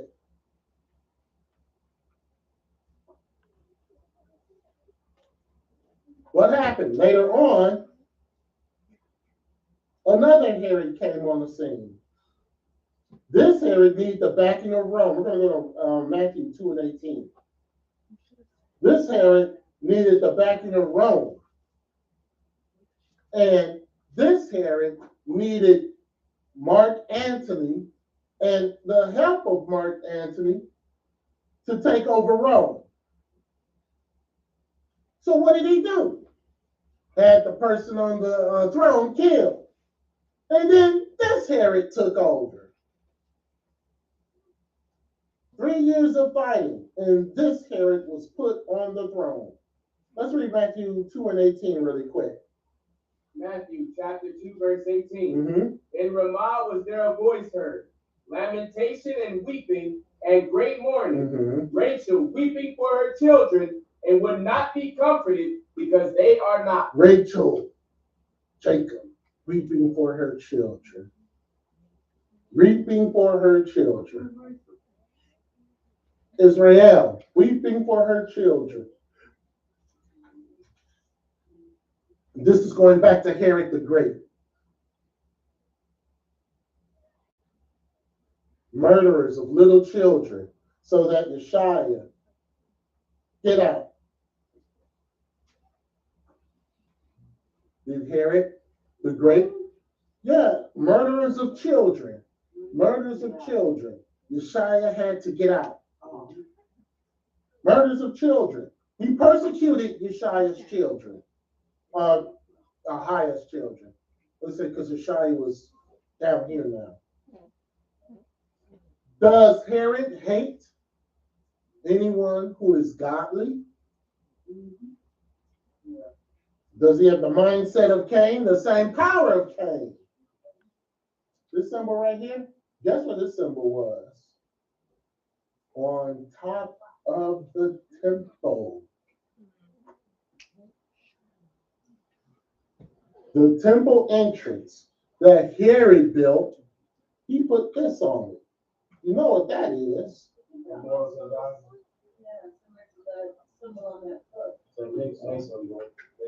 It's masonry symbol on the temple, dedicating it to Rome,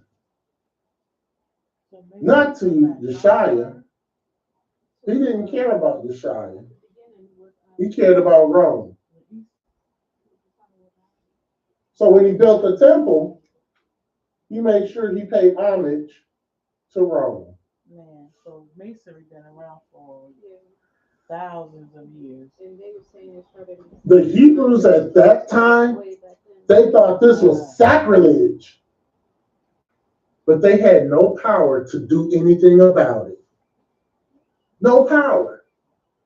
We can say that there's sacrilege that goes on today. Do we have power to do anything about it? No, we don't. It's the same thing. The same thing.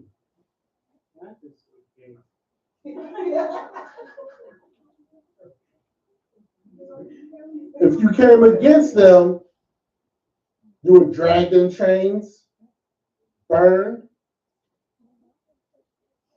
crucified, because he was in authority. He was in power. Cruelty. But that's the Herodian mindset. And where did the Herodian mindset come from? The mind of Cain. This goes all the way back to the Garden of Eden, and this chain is unbroken. It is not broken. Throughout history, we have seen the Herodian mindset. Throughout all of history. We're going to go to the historical atlas of the Bible, and we're going to read page 337. Now, I chose Herod to show the mindset of Cain. To show the mindset of Cain and how Cain and his lineage continues to operate even today. Yeshua granted Cain a mark, and that mark continues through history. Cain authority that was given to him was given to Enoch, was given to Nimrod, was given to the Egyptians, was given to the Assyrians, was given to the Babylonians, was given to the Persians, was given to the Greeks, was given to Rome, and was given to a group today.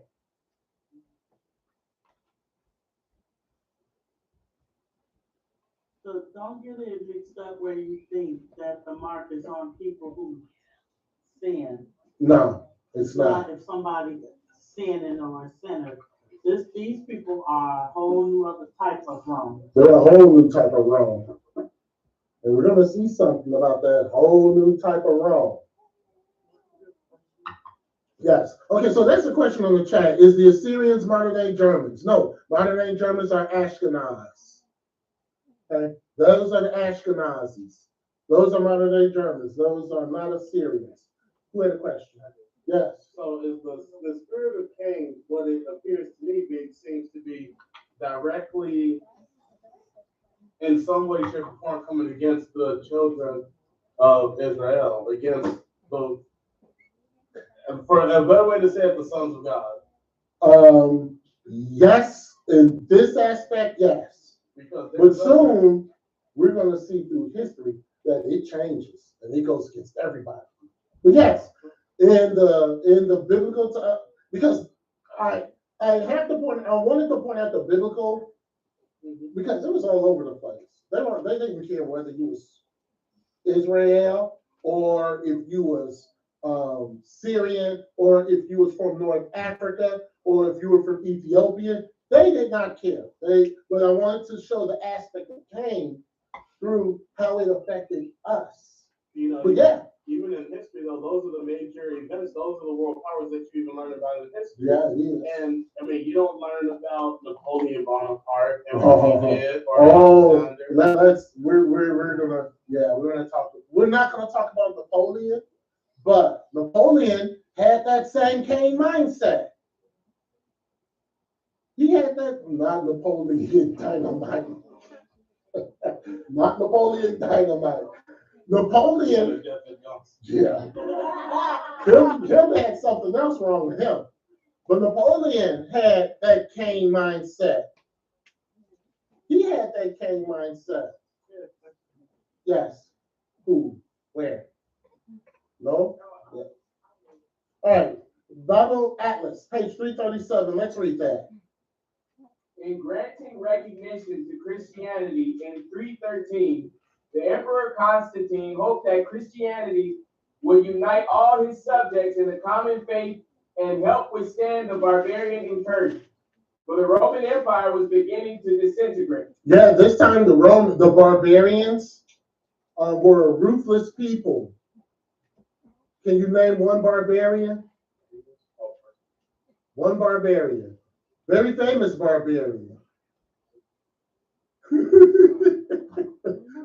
Not Conan. I think that was a TV show. One famous barbarian, yes. Who? Oh, goodness. People, stay out of the TV. It wasn't Beowulf. No. Genghis Khan. Genghis Khan was a thorn in the Roman Empire. No, he wasn't Neanderthal. He was ruthless. Oh, he was ruthless. Genghis Khan was a terror to the Romans. More to the fact, true fact, real quick. More to the fact that the Roman Caesars had to pay tribute to Genghis Khan.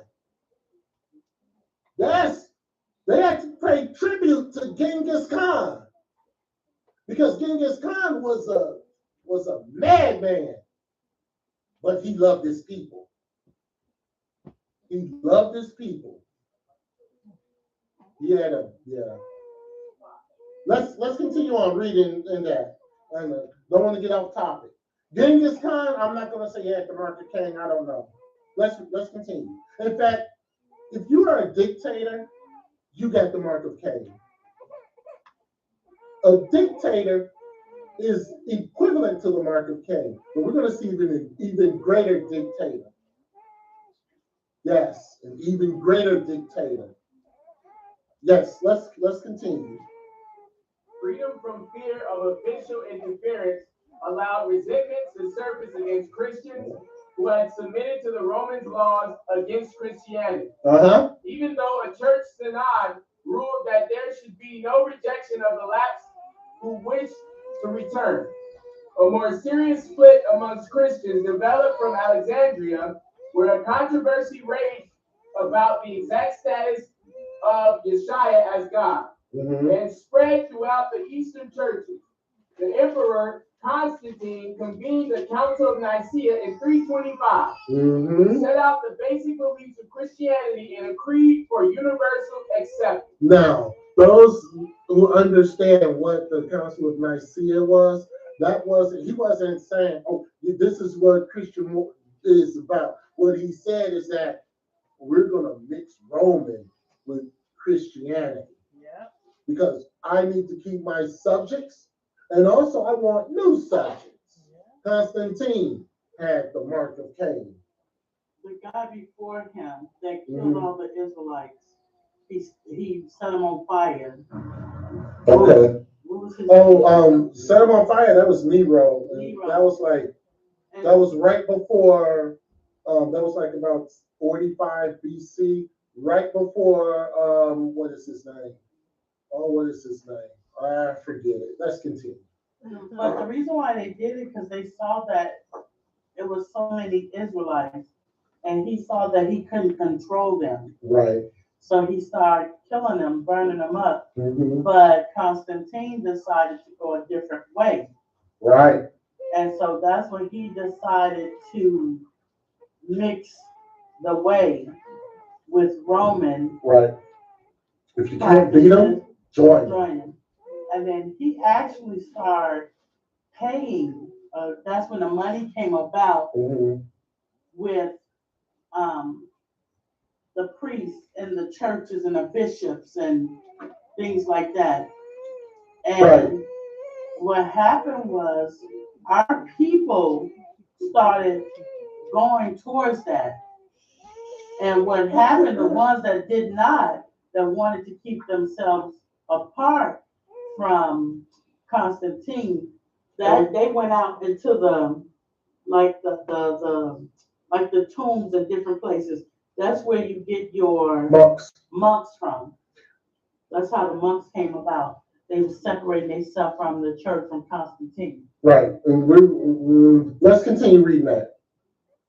Nicaea was followed by 6 more ecumenical councils during the following 4.5 centuries to try to settle further controversies and establish a form of Christianity agreed by all Christians. They met at Constantinople in 381, Ephesus in 431, Chalcedon 451, Constantinople again at 553 and 680, and Nicaea at 787. Inevitably, the Christians adopted much of the administrative organization of the Roman Empire, if only because it provided convenient and natural geographical division and symbols of authority, even in such matters as ceremonial dress familiar to all. Symbol of authority. I will take my authority and I will use it however I see fit. And so that's when they had their doctors back then, because if people were sick or needed anything, when Constantine built up the church, they would go to the bishops for medication, for medicine, things like that. And if they wasn't praying healing or deliverance, they were administrating medication to them. 325 AD is the start of the beast system, which what we know today. So when it came to Constantine, if you did not follow these rules, you were dealt with. You were dealt with. Because I am the one who will mix Christianity and Rome together. I am the one. And whatever I say goes. That's the mindset of Herod. That's the mindset of the Romans, the mindset of Greeks, going all the way back to Cain.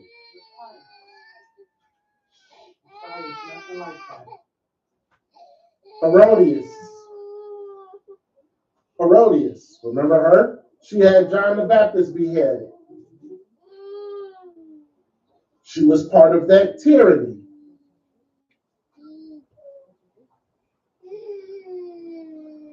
She was part of that tyranny with Herod Antipas. Can you imagine the king or the prince of this universe arrayed like an earthly monarch sitting on a throne? No. But they were permitted to do this by Yeshua. Remember, What Lamech said, if Cain is sevenfold, Lamech shall be 70 times 7. Remember he said that. Huh? This is why. We're going through why he said it. We're showing why he says it. There was a reason why I skipped over Babylon. The Babylonian Empire. Nebuchadnezzar set up the system himself. Nebuchadnezzar had a secret police department. And he knew everything that happened in his kingdom. Everything. Who else has a secret police department today? Everything that he knew about his kingdom. They would report to him, and then what he would do is take those dissidents and throw them in the furnace. No matter if his soldiers died or not. Throw them in the furnace. I don't care if my soldiers die in the process. I don't care what happens. My rule stands. He was cruel. He set up a counterfeit system of religion. Did Yeshua give him an opportunity to repent? Yes, he did. Nineveh, which were the Assyrians. The ruler, Jonah preaching. The cruelest of rulers was Nebuchadnezzar. Oh, he was cruel. More than Assyrians. More than Assyrians? Babylonians took over the Assyrians. Right? Babylonians were cruel beyond cruel. If you do not take my laws, worship my gods, I will destroy you. At least the Assyrians, they didn't care about gods. They just wanted loot and you dead. Him, he wanted loot, you dead, follow his gods, worship him. Is that not the mark of Cain? He made war with everybody until it was 100% peace in Babylon. Secret police. Does Yeshua care about these rulers? Yes, because he put them in charge.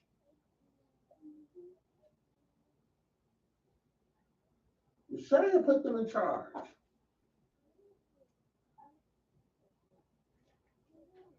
I will put a crown of thorns on his head and beat him over the head. Isn't that what happened to our Lord and Savior? Over and over and over again.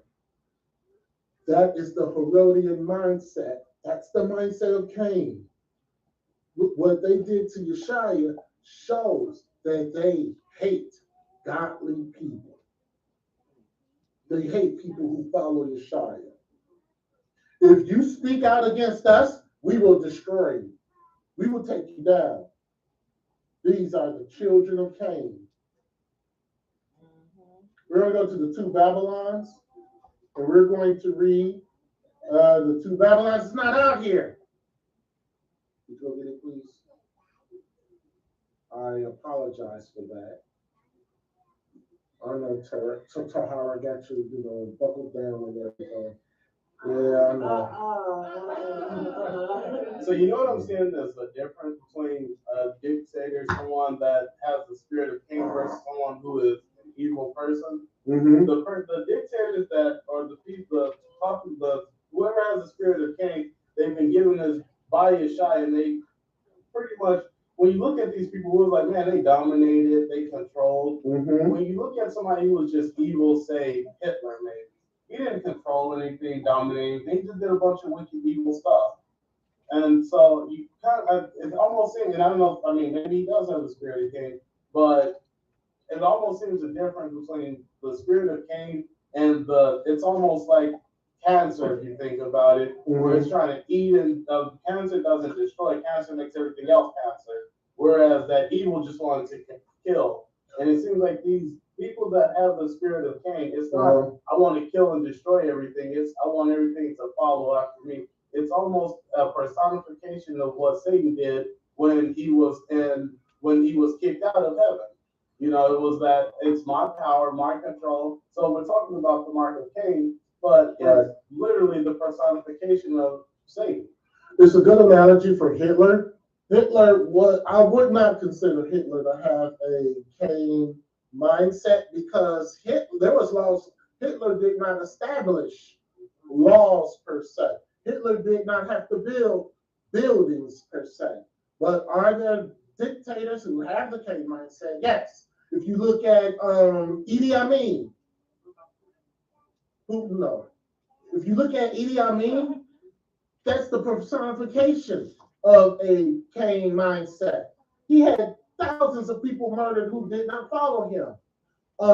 Muammar Gaddafi, that was a mindset of Cain. He had extravagant buildings built. He had his own police force, which, by the way, was 100% women. And they were nothing to play around with. Oh no, they were nothing to play with. If you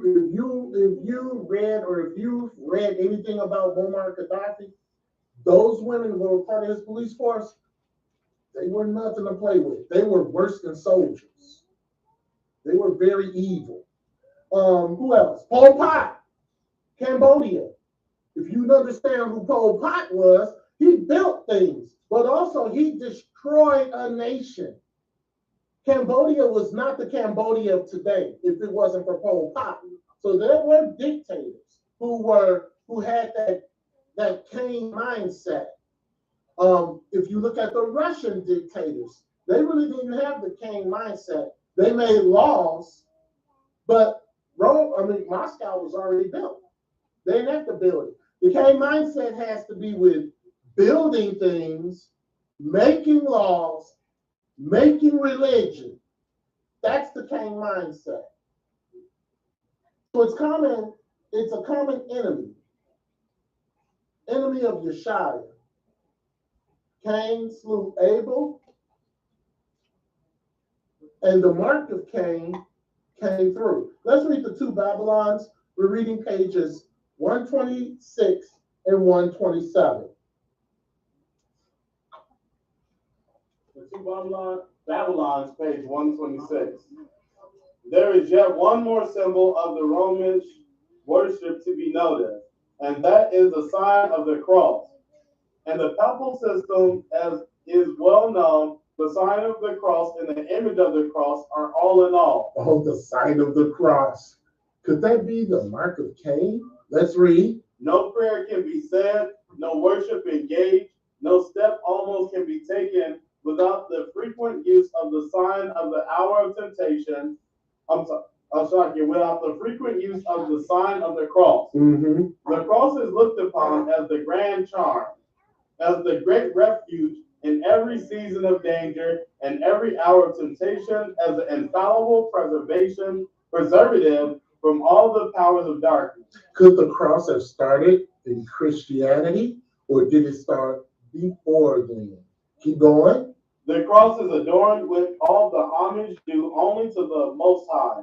For anyone to call it in the hearing of a genuine Romanist by the spiritual term, the accursed tree is a mortal offense. The accursed tree is a mortal offense. Keep going. To say that such superstitious feeling for the sign of the cross, such worship as Rome pays to a wooden or a metal cross, ever grew out of the saying of Paul. Mm-hmm. God forbid that I should glory save in the cross of our Lord Yeshua HaMashiach. Mm-hmm. That is, in the doctrine of Yeshua crucified, is a mere absurdity, a shallow subterfuge of pretense. Mm. The magic virtues attributed to the so-called sign of the cross, mm-hmm. the worship bestowed on it, never came from such a source. Mm-hmm. The same sign of the cross that the though, that Rome now worshiped was used in the Babylonian mysteries. What? Everybody know what Babylonian mystery is, right? No? Oh, bummer. The Babylonian mystery is where Islam started. No, let me stop. It's where Islam started. Babylonian mystery. 365 gods. What? One cross. Continue. Was applied by paganism to the same magic purposes and was honored with the same honors. Now, the cross did not start with the Babylonians. They got it from somebody else. Keep going. That which is now called the Christian cross was originally no Christian emblem at all, but was that mystic towel of the Chaldeans and Egyptians. Chaldeans? Who them be? Babylonians. Where did that go back to? Nimrod. Let's read. The true original form of the letter T, the initial of the name of Tammuz, which in Hebrew radically the same as ancient Chaldea, as found on coins, was formed in number 1 on the accompanying woodcut. You mean to tell me that those wacky Christians are bowing to Tammuz? Yep. Every time I would wear, remember I had a cross, Oh, yeah. and I would put that cross on, Uh-huh. and I would count it. You had to get rid of it. I had to get rid of it. You had a big cross on when we were in Christianity, had a big metal cross on the wall. We had to get rid of it. I think we tried to break it, and then like sparks and stuff shot from it. Yes, keep reading. Babylonian, the T, the cross, Tammuz. Yeah. All over the place. Let's read. That mystic towel was marked in baptism on the foreheads of those initiated in the mysteries and was used in every variety of way as a most sacred symbol. So that's what they wear. Isn't education wonderful? Let's go to Revelation chapter 12, verse 3. Isn't education wonderful? No. And we haven't even gotten to why you should know this stuff. Because Yeshua said something that was very, very important. And people miss it. Yeshua said something that was huge. And all praises to the Holy Spirit. Because I wouldn't have called it. Revelation 12 and 3. Let's read. Revelation chapter 12, verse 3. Mm-hmm. And there appeared another wonder in heaven. And behold, a great red dragon, having 7 heads and 10 horns, and 7 crowns upon his head. So here at the first, he brought forth a man-child, and that man-child was to rule all nations. With the rod of wine, her child was caught up unto God. Here is the true ruler of the law, mercy, justice. These are might running with an iron fist, ruling with an iron fist. The mark of Cain. Oh my goodness. Kings of the earth. So should we be doing this? The mark of Cain. No, I'm just doing an iron fist. No, but I remember one time I did read that this was demonic. We should not be doing it. I don't know. I mean. So can I ask you a question? You remember when Satan was thrown down out of heaven? And it said that. Sure, I saw it. You trying to call me old? Yeah, I was there. No, I was not there. Go ahead. And you remember when it said that he would make war with Yes. Yes. Did it start from there? Well, it started with Cain. Oh, did it start from there? Yeah. To make war with the children of Israel. What are these people doing? To make war with these people have the mark of Cain. Well, what were they doing? Persecuting.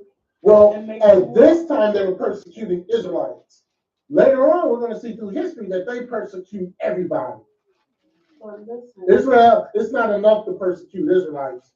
listen to what I'm saying. What? When Satan was thrown out of heaven, Right? and it said that he will make war with Correct. Israel. Well, yeah. Okay. Could it have started back then from the beginning? It could have started there, yes, but there had to be a conduit Right. to the people. Yeah, it could have started. Yeah, in fact, I'm 99.9% sure it started from there with Cain, with the devil and his disobedience. Yes.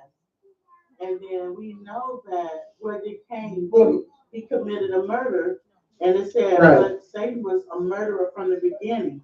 Yeah, So but we see, know his but father right, was the devil. right, Because if you sin, you do the work, the lust of your father. right. But that's too easy.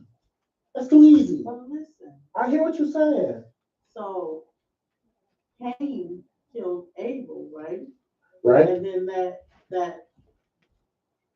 that spirit continued on, and those people is making war with Yeshua's people. Well, I don't want us to think like that. You can think like that right now, but that's not what is going on in history. Yes, in the beginning it was Yeshua's people. Right. Now, understand this too. Cain had a chance to repent, and Cain did not repent. Yeshua gave him an opportunity to repent. Where art thou, brother? Am I my brother's keeper? Instead of saying, am I my brother's keeper, he should have said, Lord, I did an atrocity against you, and I repent. But he didn't do that. He doesn't have the mindset to do that. And that was from, right, but, right, from Satan. Satan is the cause of all this. Right. Correct. But he needed somebody to do his bidding. And that's still from the tree of knowledge of good and evil. Right. Yes. Just like Yeshua had. But to say Satan, that's easy. We got to pinpoint who is it. No, what I was asking you, because you say it started from Cain. Oh yeah, it did start from Cain. For the people, it started from Cain. Right. Not from the very beginning when Satan was thrown out of the heavens. And he was a murderer. Lucifer was thrown out of the heavens, I stand corrected. He was a murderer from the beginning. And he was called the tree of knowledge of good and evil. Correct. Right. And that's what his children do. Correct. From Cain to Enoch and so forth. Correct. There was a human element that was needed, and Cain supplied. And Seth lineage took on the righteousness of Yeshua, the tree of life. Yeah, up until Jerry. Yeah. Jerry came, didn't get that jewelry.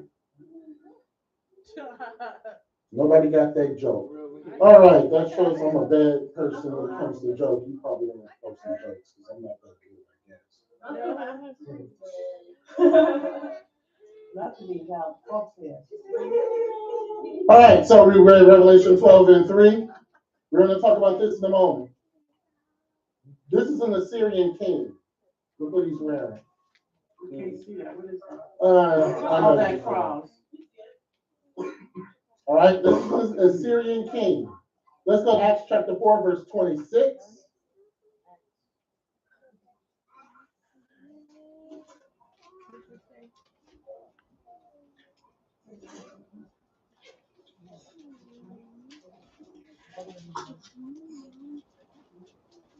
Acts chapter 4, verse 26. Mm-hmm. The kings of the earth stood up, and the rulers were gathered together against the Lord and against his Mashiach. Right. So Acts 4:26, the truth against the holy children of Yeshua anointed both Herod, Pontius Pilate with the Gentiles. The cross, pagan worship. And people be having diamond crosses. And My question is, can this be the mark of Cain? That's my question. Can this be the mark of Cain? I believe so. Really? I believe so. Really? Like I said. Can this be the mark of Cain? These rulers. Right? They knew him not. They didn't know prophecies. They didn't care about it. Should Yeshaya's people know him? Well, the post says on time. Yes, the Yeshaya people should know this. Babylon. Mm-hmm. Babylon. Look at the year.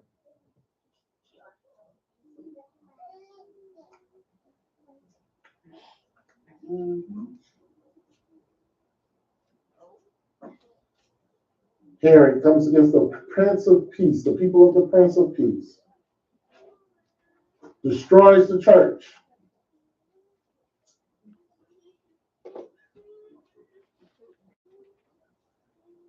Yeshaya sent an angel while Peter was in prison. Peter was delivered. Who was he delivered out of the hands of? Herod. Peter was about to be executed. So what does that mean, Simon Peter? Simon. Yeah, that's Simon. Sorry. Different apostle. But what does that mean? What does that tell you? Herod persecutes Israel. And it does not matter what or who you are. He persecutes. Yeshua wants you to remember that. He wants you to open your eyes. Herod, all his glory. All his glory. And started to say things that Yeshua did not approve of. So what did Yeshua do? His 70 times 7 was up. And he got busted out of the chair. And his guts burst open. Yeshua with the force slammed him down. So not Herod the Great, because we know he was long dead. Herod Antipas slammed him down so hard that his guts burst open. That's slamming somebody down. Eating worms. Worms eating them. His 70 times 7 was up. Let's go to the life of American Jew in Israel. And we're going to read pages 50 to 51. We're going to briefly talk about Alexander the Greek. Life of an American Jew in Israel. And we're going to read pages 50 and 51.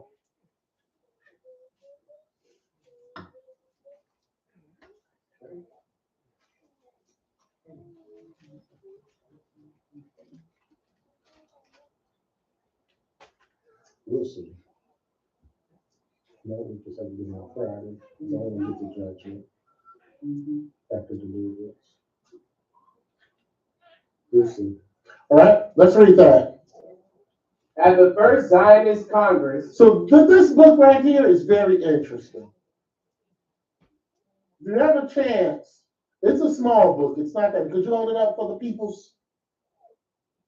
It's a small book.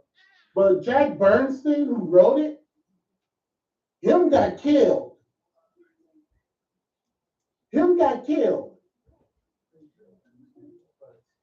Because he exposes a lot in this book. And you don't mess with people who are in authority.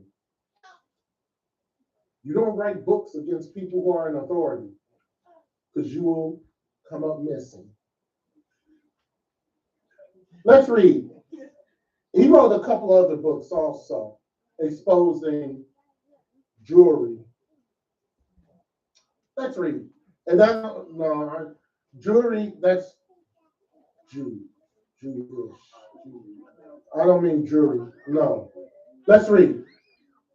At the first Zionist Congress meeting, which was held in 1897 in Basel, Switzerland, one of the goals set was to create a Jewish state in the land of Palestine. At that time, only a few Jews were living in Palestine, and they were nearly all native Sephardic Jews who are blood-related Semites to the Arabs.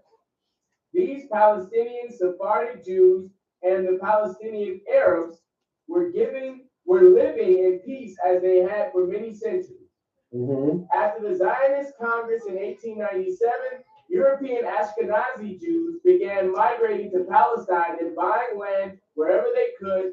Yet by 1920, Jews owned only 2% of Palestine.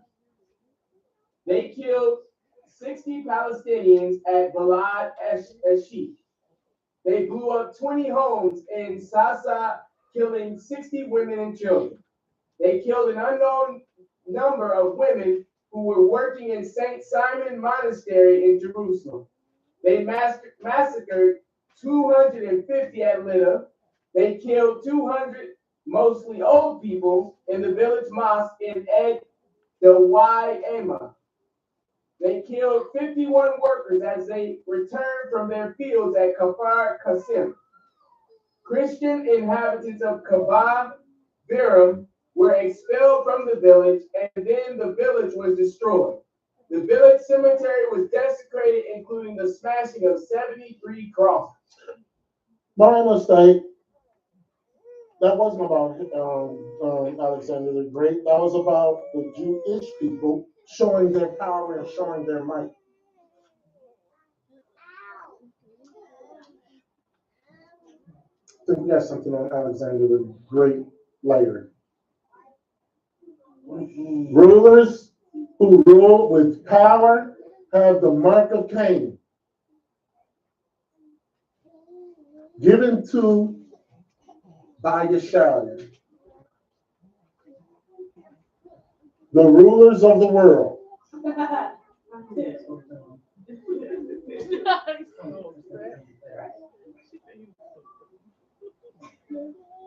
Kings of kings, they're all in authority. What about the president? Oh, they're in authority. Yeah, that's what. But let me say this, right? They're all the face. There's something behind the scenes. They're not technically, I wouldn't call them puppets. They're part of it. But you need a face. You need something in front. You need a face. A lot of people say that they are puppets. Presidents is a puppet. That's not true. They're part of it. They're part of it. They're not puppets at all. And we're going to see something because one of them said something. One of them presidents said something. And yeah, we'll get to that in a moment. So are you getting an understanding of the mark of Cain and his lineage even today? Are you getting somewhat of an understanding? Yeshua said something that was very potent. That the disciples had no clue. We can understand that because we're looking at this from a historical perspective.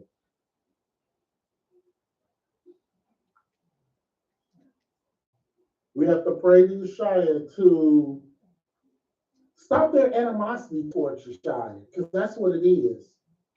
They have animosity towards Yeshua. And that's what we should do. Pray for those who have the mark of Cain, that they get an understanding. Right? So they're not handed over to the children of evil, children of disobedience.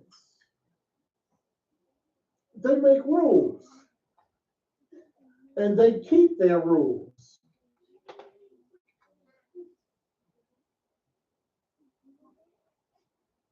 Story time.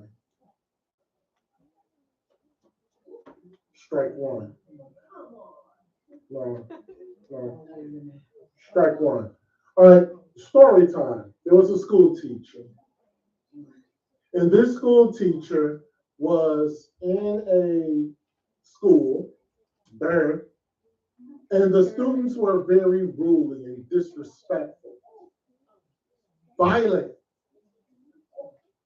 very rude, very disrespectful, very violent. They strangled the teacher. They stabbed the teacher. The police were not too friendly to go in there and break up stuff. Gang fights happened in the school. And there was this teacher who was timid. And her authority, she had none. She had no authority. So one day this teacher says, you won't listen to my rules. So why don't you make up your own rules? Make up your own rules. Because you won't listen to mine. Right? Excuse me. All right, make up your own rules. Okay? They said, great, we're going to make up our own rules. So they started making rules. If you do this, then this will happen to you. They start making up their own rules. If you do this, this is the punishment. If you do that, that's the punishment. And they made up this long list of rules. You chew gum, then you sweep the whole school floor with a toothbrush until the skin of your knees come off. This was children. And they were making the rules for themselves. And you know what they did? They stuck to those rules. And then there was harmony in the class. There was no more dissension. There was no more fighting. Because if they stepped out of line, they made the rules. So therefore, they issued the punishments, which they were very wonderful at doing. The teacher couldn't rule over them. So she gave them an opportunity to rule over themselves. You see the mark of Cain? You see how authority? That's the mark of Cain. They said, we will make our own rules.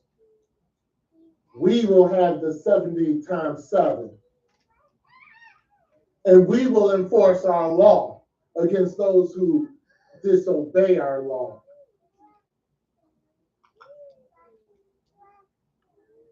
Good example on how Yeshua said, you don't want to follow the Bible.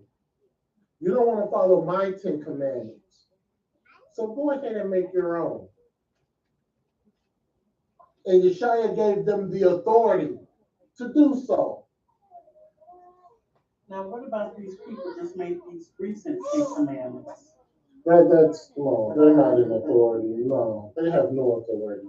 As we're going to see, they have no authority. The 10 commandments against earth, global warming or some kind of madness. You really think that the powers who have the authority of Cain care about global warming? They care about power, money, prestige. That's it. If you stand and if you disobey our authority, we will have you executed. This is evil.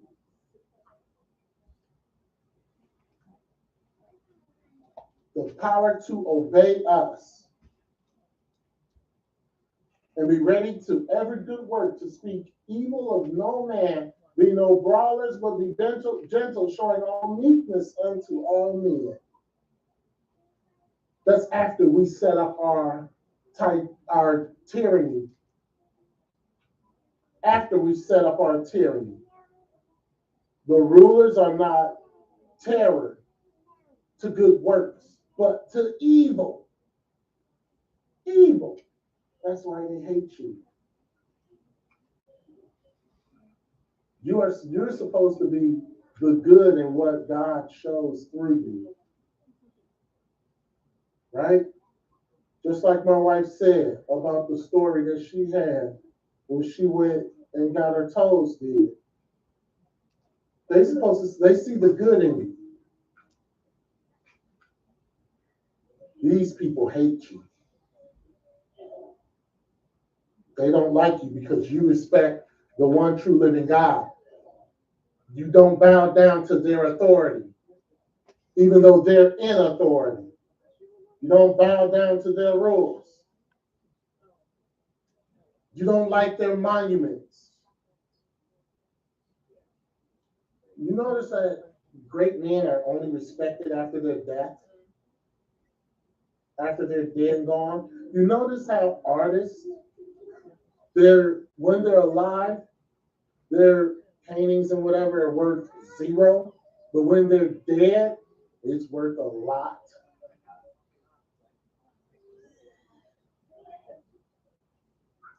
We should say, I will not fear what man will do to me.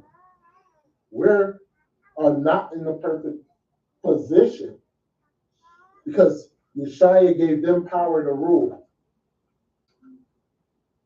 Just like the children of Israel were subject to Pharaoh, there's nothing that they could do about it. Nothing. They had to obey the rules or else die.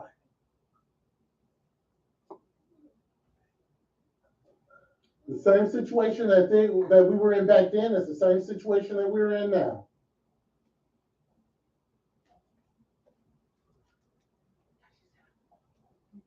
These powerful rulers with the symbol of Anu, Star of Ishtar, still got it going.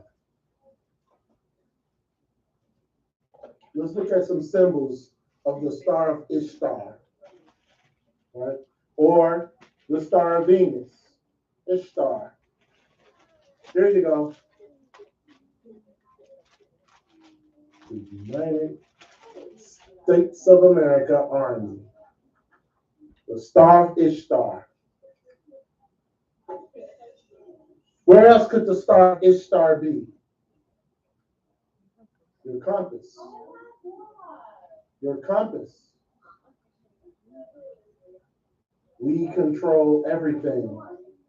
But that's a lie because during creation we read that Yeshua he pointed the directions of the north, south, east, and west. But remember, these people don't care about Yeshua. They care about Cain. Right? We all know about this. Pagan Ishtar. That is Ishtar. Ashtar, Easter, whatever you want to call her. Pagan deity. Still today. Pagan deity. Female pagan deity. Male pagan deity.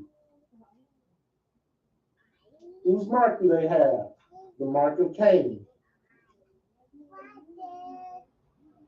The mark of Cain.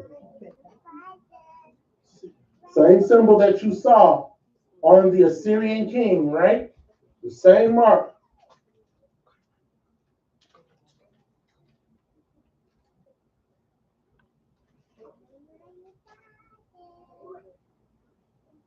We are to serve the one true living God, not a false God. 2 Corinthians chapter 11, verse 4.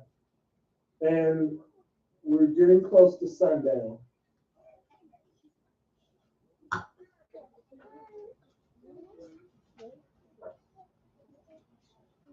Second Corinthians chapter 11, verse 4. 17, right? All right, let's read it. 2 Corinthians chapter 11, verse 4. Mm-hmm. For if he that cometh preacheth another Yeshua, whom we have not preached, or if ye receive another spirit which ye have not received, or another gospel which ye have not accepted, ye might well bear with him. Right. Another Yeshua. If he's not already appeared in this same Messiah we're waiting for, so here is a religion, but it's not a religion of Yeshua, it's another religion. It's a false religion. Phoenix.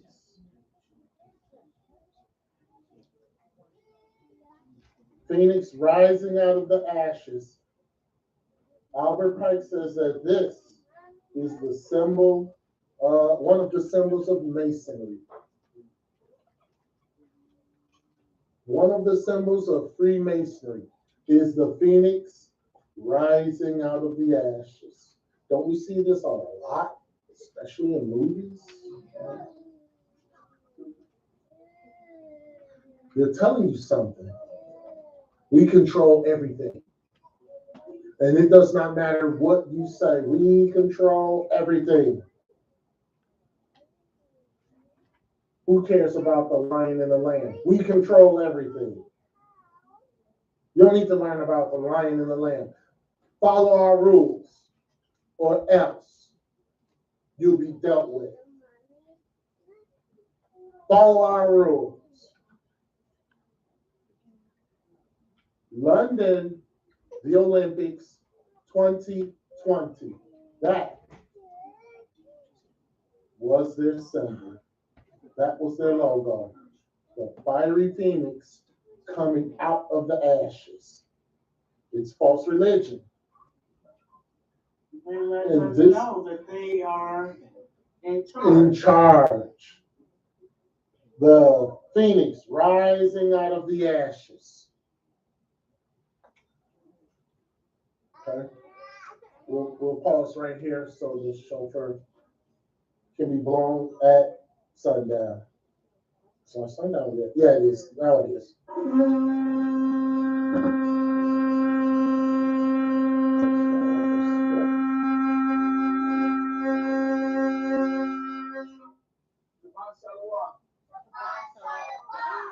I wasn't saying, man. I heard some spit, and the fan was right there. And you hit the fan and went that way. And y'all shot droplets of spit.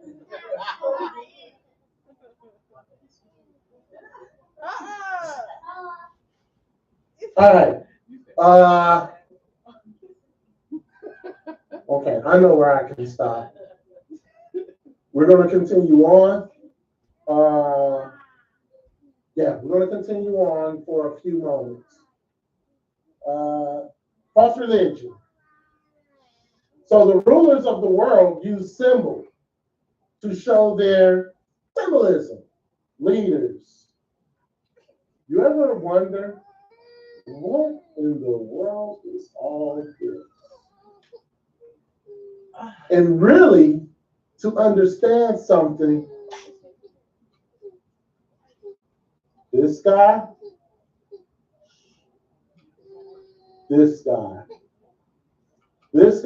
who cares? Him, that. Him, he look goofy. Him, that, he just sucking up to him. She, that's a he. Her, it don't matter. Her, she's about to die and go in the grave. She's old. Him, yeah, he got a 7-year-old to think about. It's him and him.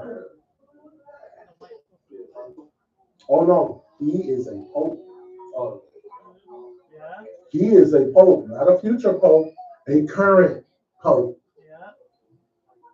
No, he's not the next one. Current.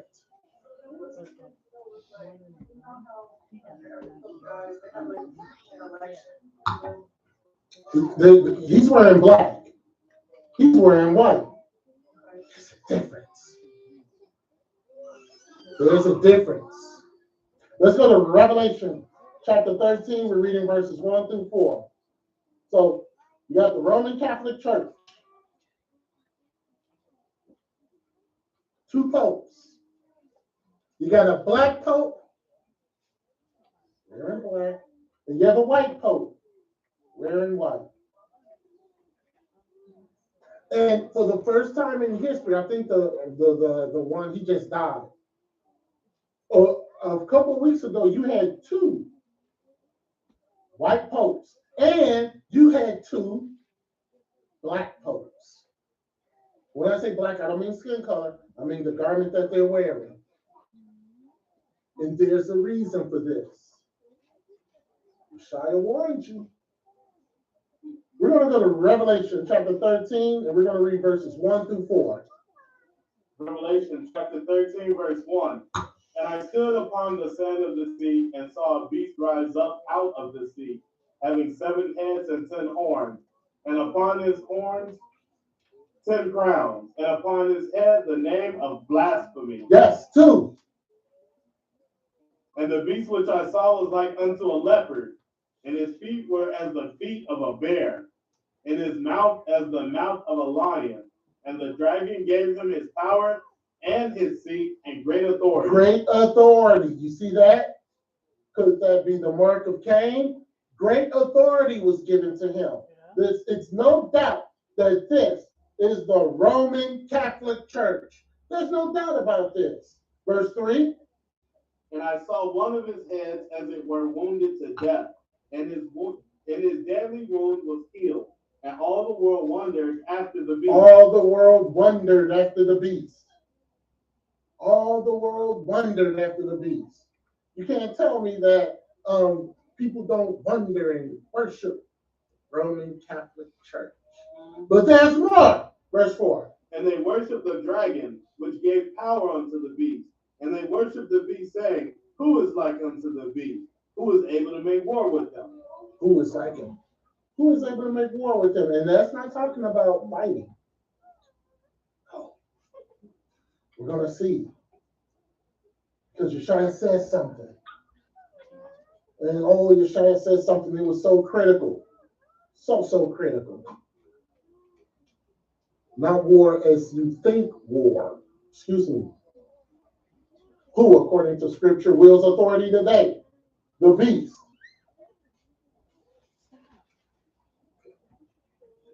We're going to read invention. Now we're going to talk about Alexander the Greek for a minute. Invention of the Jewish people. Shlomo saying he got killed also. Y'all doing too much talking over there. Because he spoke out. And when you speak out against people of authority, you end up dead. Shlomo saying, Jewish people, we're going to read page 145. We're going back to Greek for a second, to Greece. Let's read that. Page 145. Mm-hmm. Josephus tells us that following the conquest of Judea and Samaria by Ptolemy I, one of Alexander's successors, many captives were taken to Egypt, where they became settled as respected citizens with equal rights.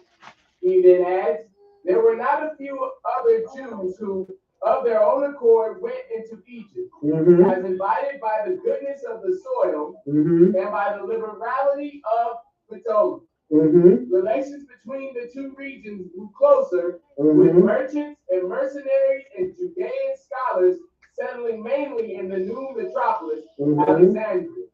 Over the next 200 years, the number of Jews in Egypt kept growing, causing the Alexandrian philosopher Philo Judaeus to state early in the 1st century CE, with exaggeration characteristic of the age, that they numbered 1 million.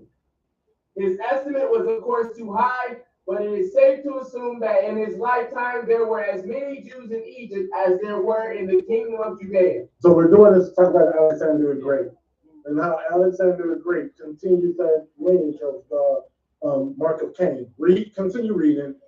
There are as well quite a few Jewish believers in Cyrenaica, west of Egypt, also ruled by the Ptolemies, and a good many in Asia Minor, ruled by the Seleucids. Josephus mentions in the Antiquities of the Jews that the Seleucid king Antiochus III settled in the provinces of Lydia and Phrygia. 2,000 families of Jewish mercenaries from Babylonia. But how did large communities spring up also in Antioch and Damascus, and later in Ephesus, Salamis, Athens, Thessalonica, and Corinth in Europe? Oh, but aren't those places where Paul went to? Right? Let's finish that up. Here again, there are no sources to enlighten us. All right.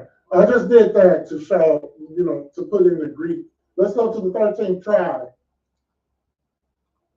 It's another book that you should have. 13th tribe. We're going to read pages 78 and 79. This is to show that when you are in authority, you choose what religion you want to follow if you want to do that. You choose. You choose whatever religion you want to follow. You choose whatever religion you want to take over. Let's read that. The reason for the conversion of Judaism of the king of the Khazars, who had previously been a pagan, is as follows. He had adopted Christianity, then he recognized his falsehood and discussed this matter, which greatly worried him, with one of his high officials. The latter said to him, O king, those in possession of sacred scriptures fall into three groups. Summon them and ask them to state their case, then follow the one who is in possession of the truth. So he sent to the Christian for a bishop. Now there was with the king a Jew, skilled in argument, who engaged him in disputation. He asked the bishop, what do you say of Moses, the son of Amram, and the Torah which was revealed to him? The bishop replied, Moses is a prophet, and the Torah speaks the truth. Then the Jew said to the king, he has already admitted the truth of my creed. Ask him now what he believes in. So the king asked him, and he replied, I say that Yeshua the Messiah is the son of Mary. He is the Word and has revealed the mysteries in the name of God. Trying to find out what religion am I going to take over. Keep going. Then said the Jew to the king of the Khazars, he preaches a doctrine which I know not, while he accepts my propositions. But the bishop was not strong in producing evidence. Then the king asked for a Muslim, and they sent him a scholarly, clever man who was good at argument.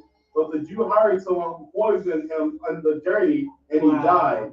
And the Jew succeeded in winning the king for his faith, so that he embraced Judaism. He embraced Judaism. What they do, if they don't make up a religion, they'll take one over.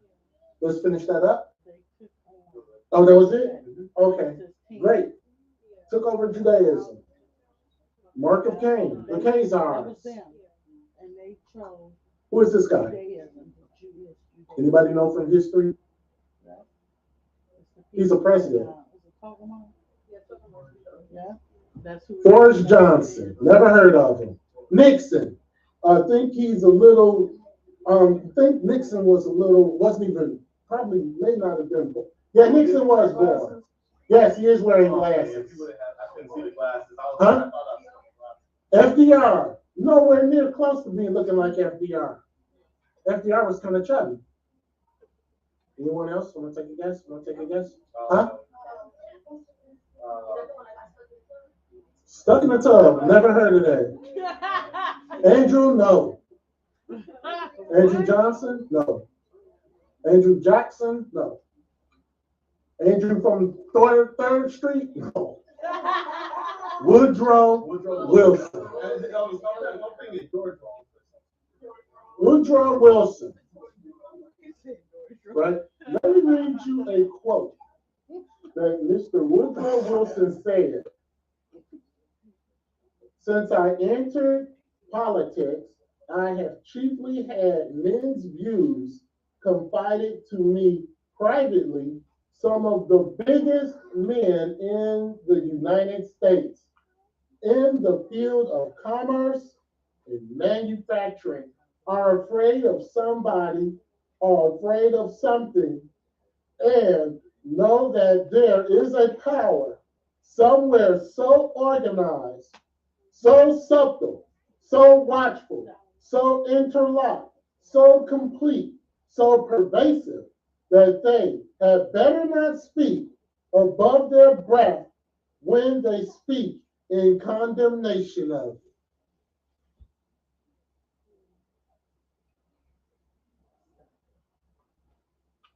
President, what does that mean? He was the president when the Fed Reserve came out. Oh, yeah. Now does it make kind of sense what he's saying? You can't speak of this power. They are pervasive. They are powerful. They are organized. They're subtle. They're watchful. Who can do that? The Fed Reserve. You don't know what the Fed Reserve is? The Fed Reserve, inflation, they cause it. They take care of inflation. You think it's Biden? You're woefully and sadly mistaken. Employment, that's the Fed. Unemployment, that goes through the Fed. They say what companies fire, what companies do, whatever company they do. They say it's the Feds. How can the Feds affect mortgage rates? They're the ones who dictate the mortgage rates. They dictate all the banks. All of it falls under the Federal Reserve. That's who he was speaking of. And the ones who run the Fed Reserve, you better not speak badly about them. That's where your birth certificates and names and stuff. Look at what they do. Yes, it does. Federal Reserve. They inflation. They manage it. It's not buy and sell. It's not a shortage of oil and we have to bring up prices. That's all baloney. There's no shortage of anything. They'll want you to believe that there's a shortage so they can raise the inflation to make their pockets fatter. Supervise the banking system. You control the money, you control everything. And that's a quote from one of them. Don't remember who. Control the money, control everything. Maintains the financial stability of the financial system. Mortgage rates, bank rates, student loans, all of that is controlled by them. Provide banking services. Want a house? You can go to a bank, but we control the banks. And I used to work at a bank many years ago, and they made you study a lot of the banking laws. And even back in the 90s, they had it where the bank can take your money. They can freeze your money, and there's nothing you can do about it. You can try to get a lawyer, you can do all this and that. Where do you think the IRS comes from? It's not. The IRS is, I'm sorry, go ahead. Unless they choose to unfreeze your money or to give you your money back, right? They can say, well, you can only spend $1 a day out of your bank. You can have millions in the bank. Let's say that there's no money in the bank. There is no money in the bank because the money is here. Yeah. It's at the Fed. That's where the money is. Years ago, people were finding out that when you're born, you have a, what is it called? Your name in all caps. Corporation. And so when a woman has a baby and they give you that, it's a legal document and you don't even know it. And you put your child's full name on there and you sign that document, that legal document, you're signing your child over to them. Right, And that legal document actually goes on the stock exchange. right. So that's Cain. Yeah, That's the mark of Cain. they controlling the money. They control the money. Right? Okay, there's a few things I want to get to before we close. We're gonna have a part 3 on Friday. We have to have a part 3 on And they Friday. have a lot of stuff that we wouldn't even think about. Exactly. Liberty, right? Liberty never came from the government. There's no such thing as liberty. They control everything. This president was speaking about liberty being taken away from people. That there is no government power because they exercise authority. They're the ones who exercise authority. There is no government power. Everything runs through the Fed. Everything. Everything. There is no such thing as checks and balances. Remember when you studied that in U.S. history? Yeah. There's no such thing as checks and balances. The judicial party, the judicial branch checks the legislative branch checks the third branch, which I can't remember. There's no such thing. Executive, they control everything. And if you step out of line, they will sit their secret police, i.e. the IRS.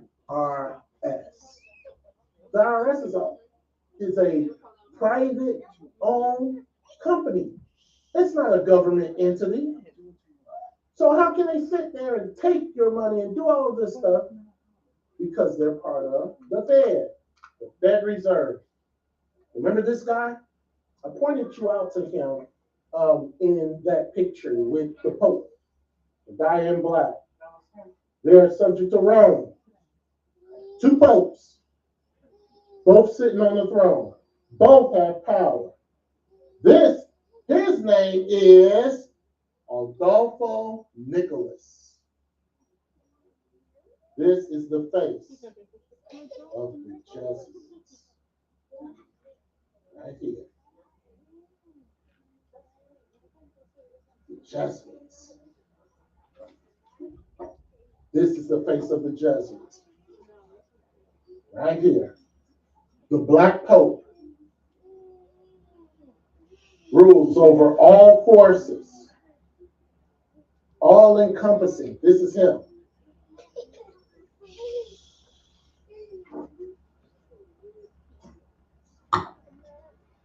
So nobody asked who's the Jesuits, so I'm assuming that everybody knows who the Jesuits are, right? I was just looking for it in the scripture, but go ahead. No, it's not in the scripture. Who is the Jesuits? The Gentiles. No, that's not them. Who are the Jesuits? Jesuits are Catholic, as you can see, right? They're Catholic. Something's wrong. They're Catholic. Jesuits, they're Catholic. The white Pope is the Roman Catholic Church. Oh, okay. This is a Jesuit. Jesuits are Catholic. Right. But Catholic cannot be Jesuits. Mm-hmm. Jesuits are under the umbrella of the Catholics. Why ain't he wearing black? Because them do all the dirty stuff. Remember the false prophet in the beast system? He is the head of the beast system. Jesuits. Him. The white Pope, false prophet. He's part of the religious. Mm-hmm. He's part of the physical. Remember the EU? Yeah. Who do you think controls the EU? All encompassing. Him. And there's 2 of them. 2 black popes. I don't know who the second one is. But they're both Catholic. They're both Catholic. It's just the Roman Catholic Church. We all know that they oversee everything. But you gotta have a hitman wearing black. There was this guy that wrote one of those books, I forget. He was not of the blood lineage of the Jewish people, Mm-hmm. but he was practicing Judaism. So when he went to Israel, he was not treated the same. You know what I mean? Right, because he's probably Sephardic. Yeah. So he was not treated the same. And like the bloodline, they were treated with the best hotels, the best of everything. Okay. And he was just like, you know, he was not the real one from the bloodline. He just happened to practice that. Yeah. And he was wanting to marry a girl who was from the bloodline, and her father wouldn't allow him to. Right. But he wrote one of those. That's when he wrote a book, and he started exposing what they are really about. Right. So the information that we're going to be bringing forth is from the Vatican themselves. Pulled off the Vatican themselves.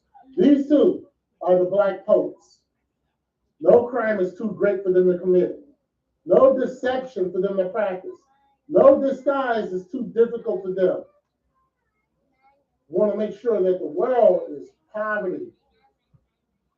They want to secure the wealth and power of the Roman Catholic Church. During the so-called Inquisitions, the Jesuits was the ones who tried to eradicate Protestantism. They wanted to eradicate Protestantism. You couldn't have the Pope and all his pomp wanted to eradicate Protestantism.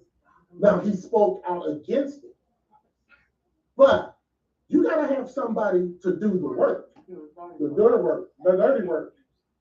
That's where the Jesuits comes in.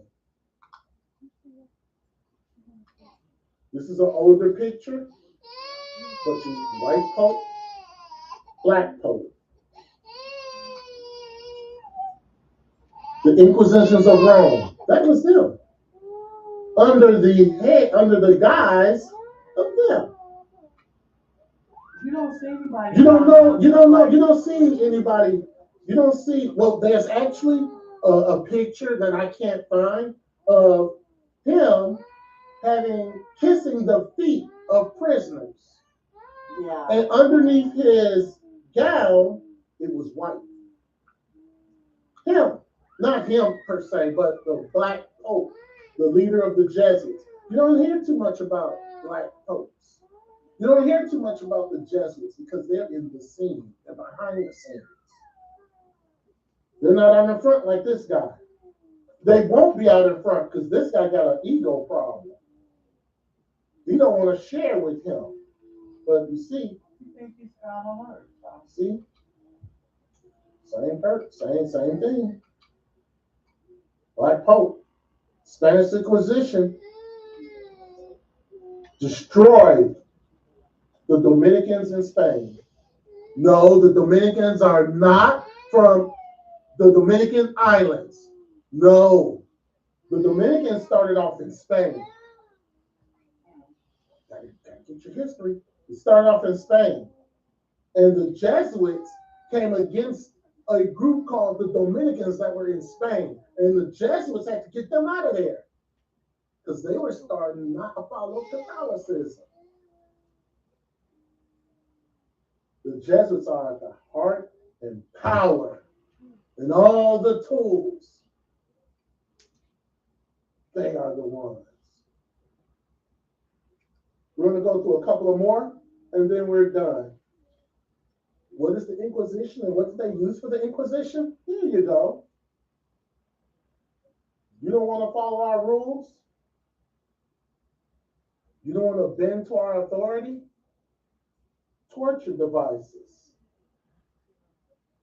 They would tighten this thing and stretch you while this is going in your chin and this is going into your chest until you either bow down to Roman Catholic or die. That was a torture device. That was used in the Franco Wars. Torture device. Thumb device. Right here. Thumb device. That was used for torture. Thumb screws. They would screw it until it popped. Or they had a giant 30-foot ball, metal ball, and they would take you up a couple of flights of stairs, and they would drop the ball on one of your limbs to pull it off. Torture. What else? We all know burning at the stake. This started with the Roman Catholic Church. Burning at the stake. Here's one. They would throw a person into a brass bull or a brass statue and burn them. Who did this? There they go. This is the mark of Cain. Cruel. Unbelievable cruelty. Unrepentant. You hardly ever hear of the Black Pope. News, everything. This guy is in front. These two popes seem happy about something. Yeah, we just made another $1 million in the last 2 hours. They're happy about something.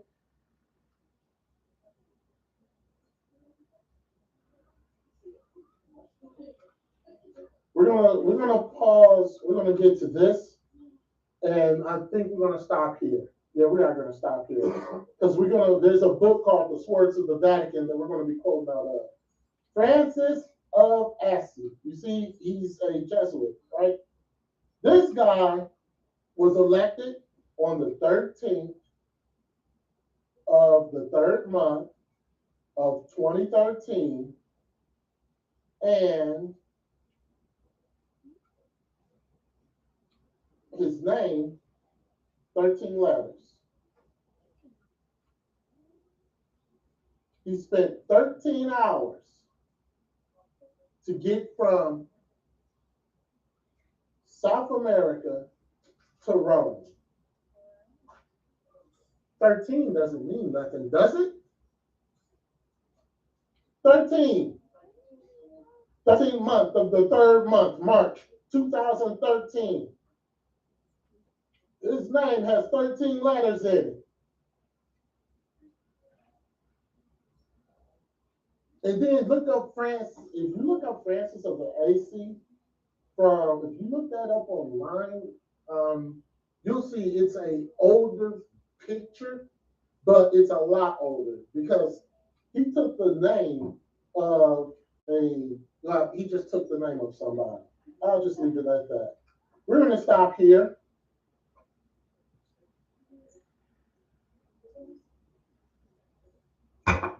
Because we're going to save this for Friday. Swords of the Vatican and a few other books that we're going to go through with the PDF. And I'm saving the big one for Friday, what Yeshaya said. Because Yeshaya spoke about all this.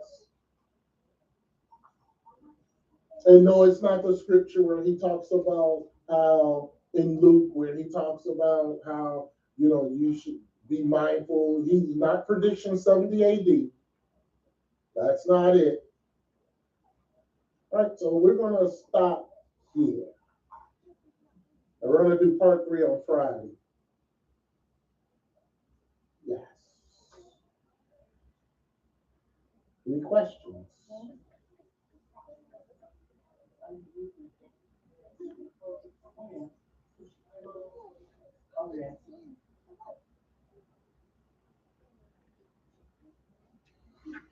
When you really start digging into this stuff, it is very, very intriguing. And one of the questions was, why is this so important? Because Yeshaya said something that was very, very important. And we're going to reveal that on Friday. All right.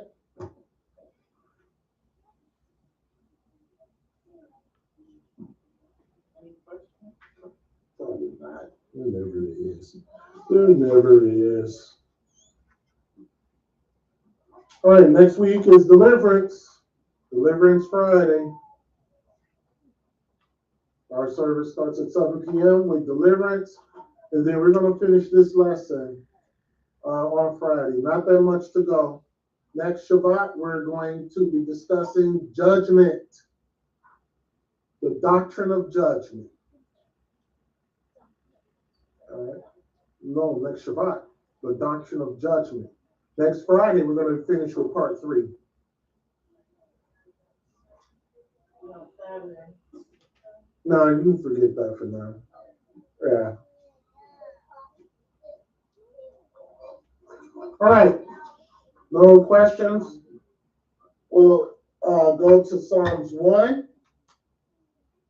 And, yeah, we'll go to Psalms 1.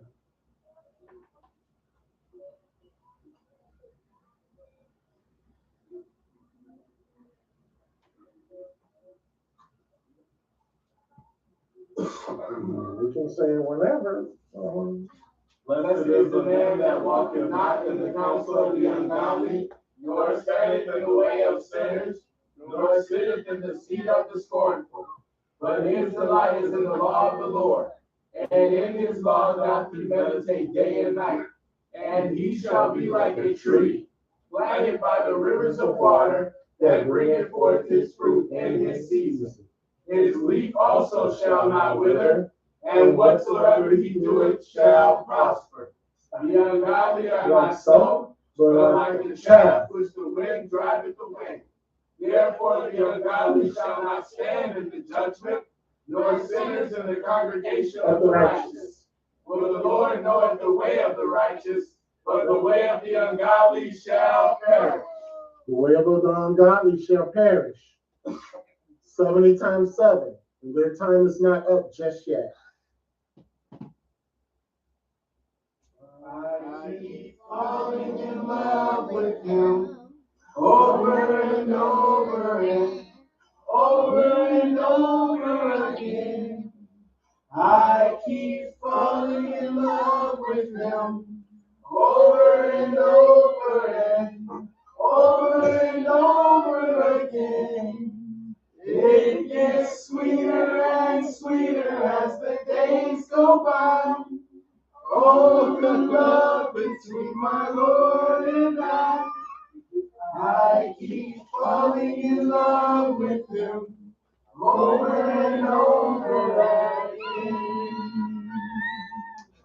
again. All right.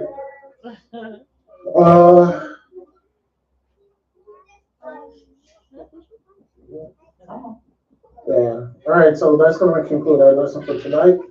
If you've enjoyed the lesson and found it educational, like, share, and subscribe. Notification that'll let you know when we go live. Next week, Friday, Deliverance, 7 p.m. We'll finish with this, part 3. And then next week, Shabbat is Judgment. Purim is coming up soon, and Passover is coming up soon. Kwam Yasharal. Kwam Yasharal.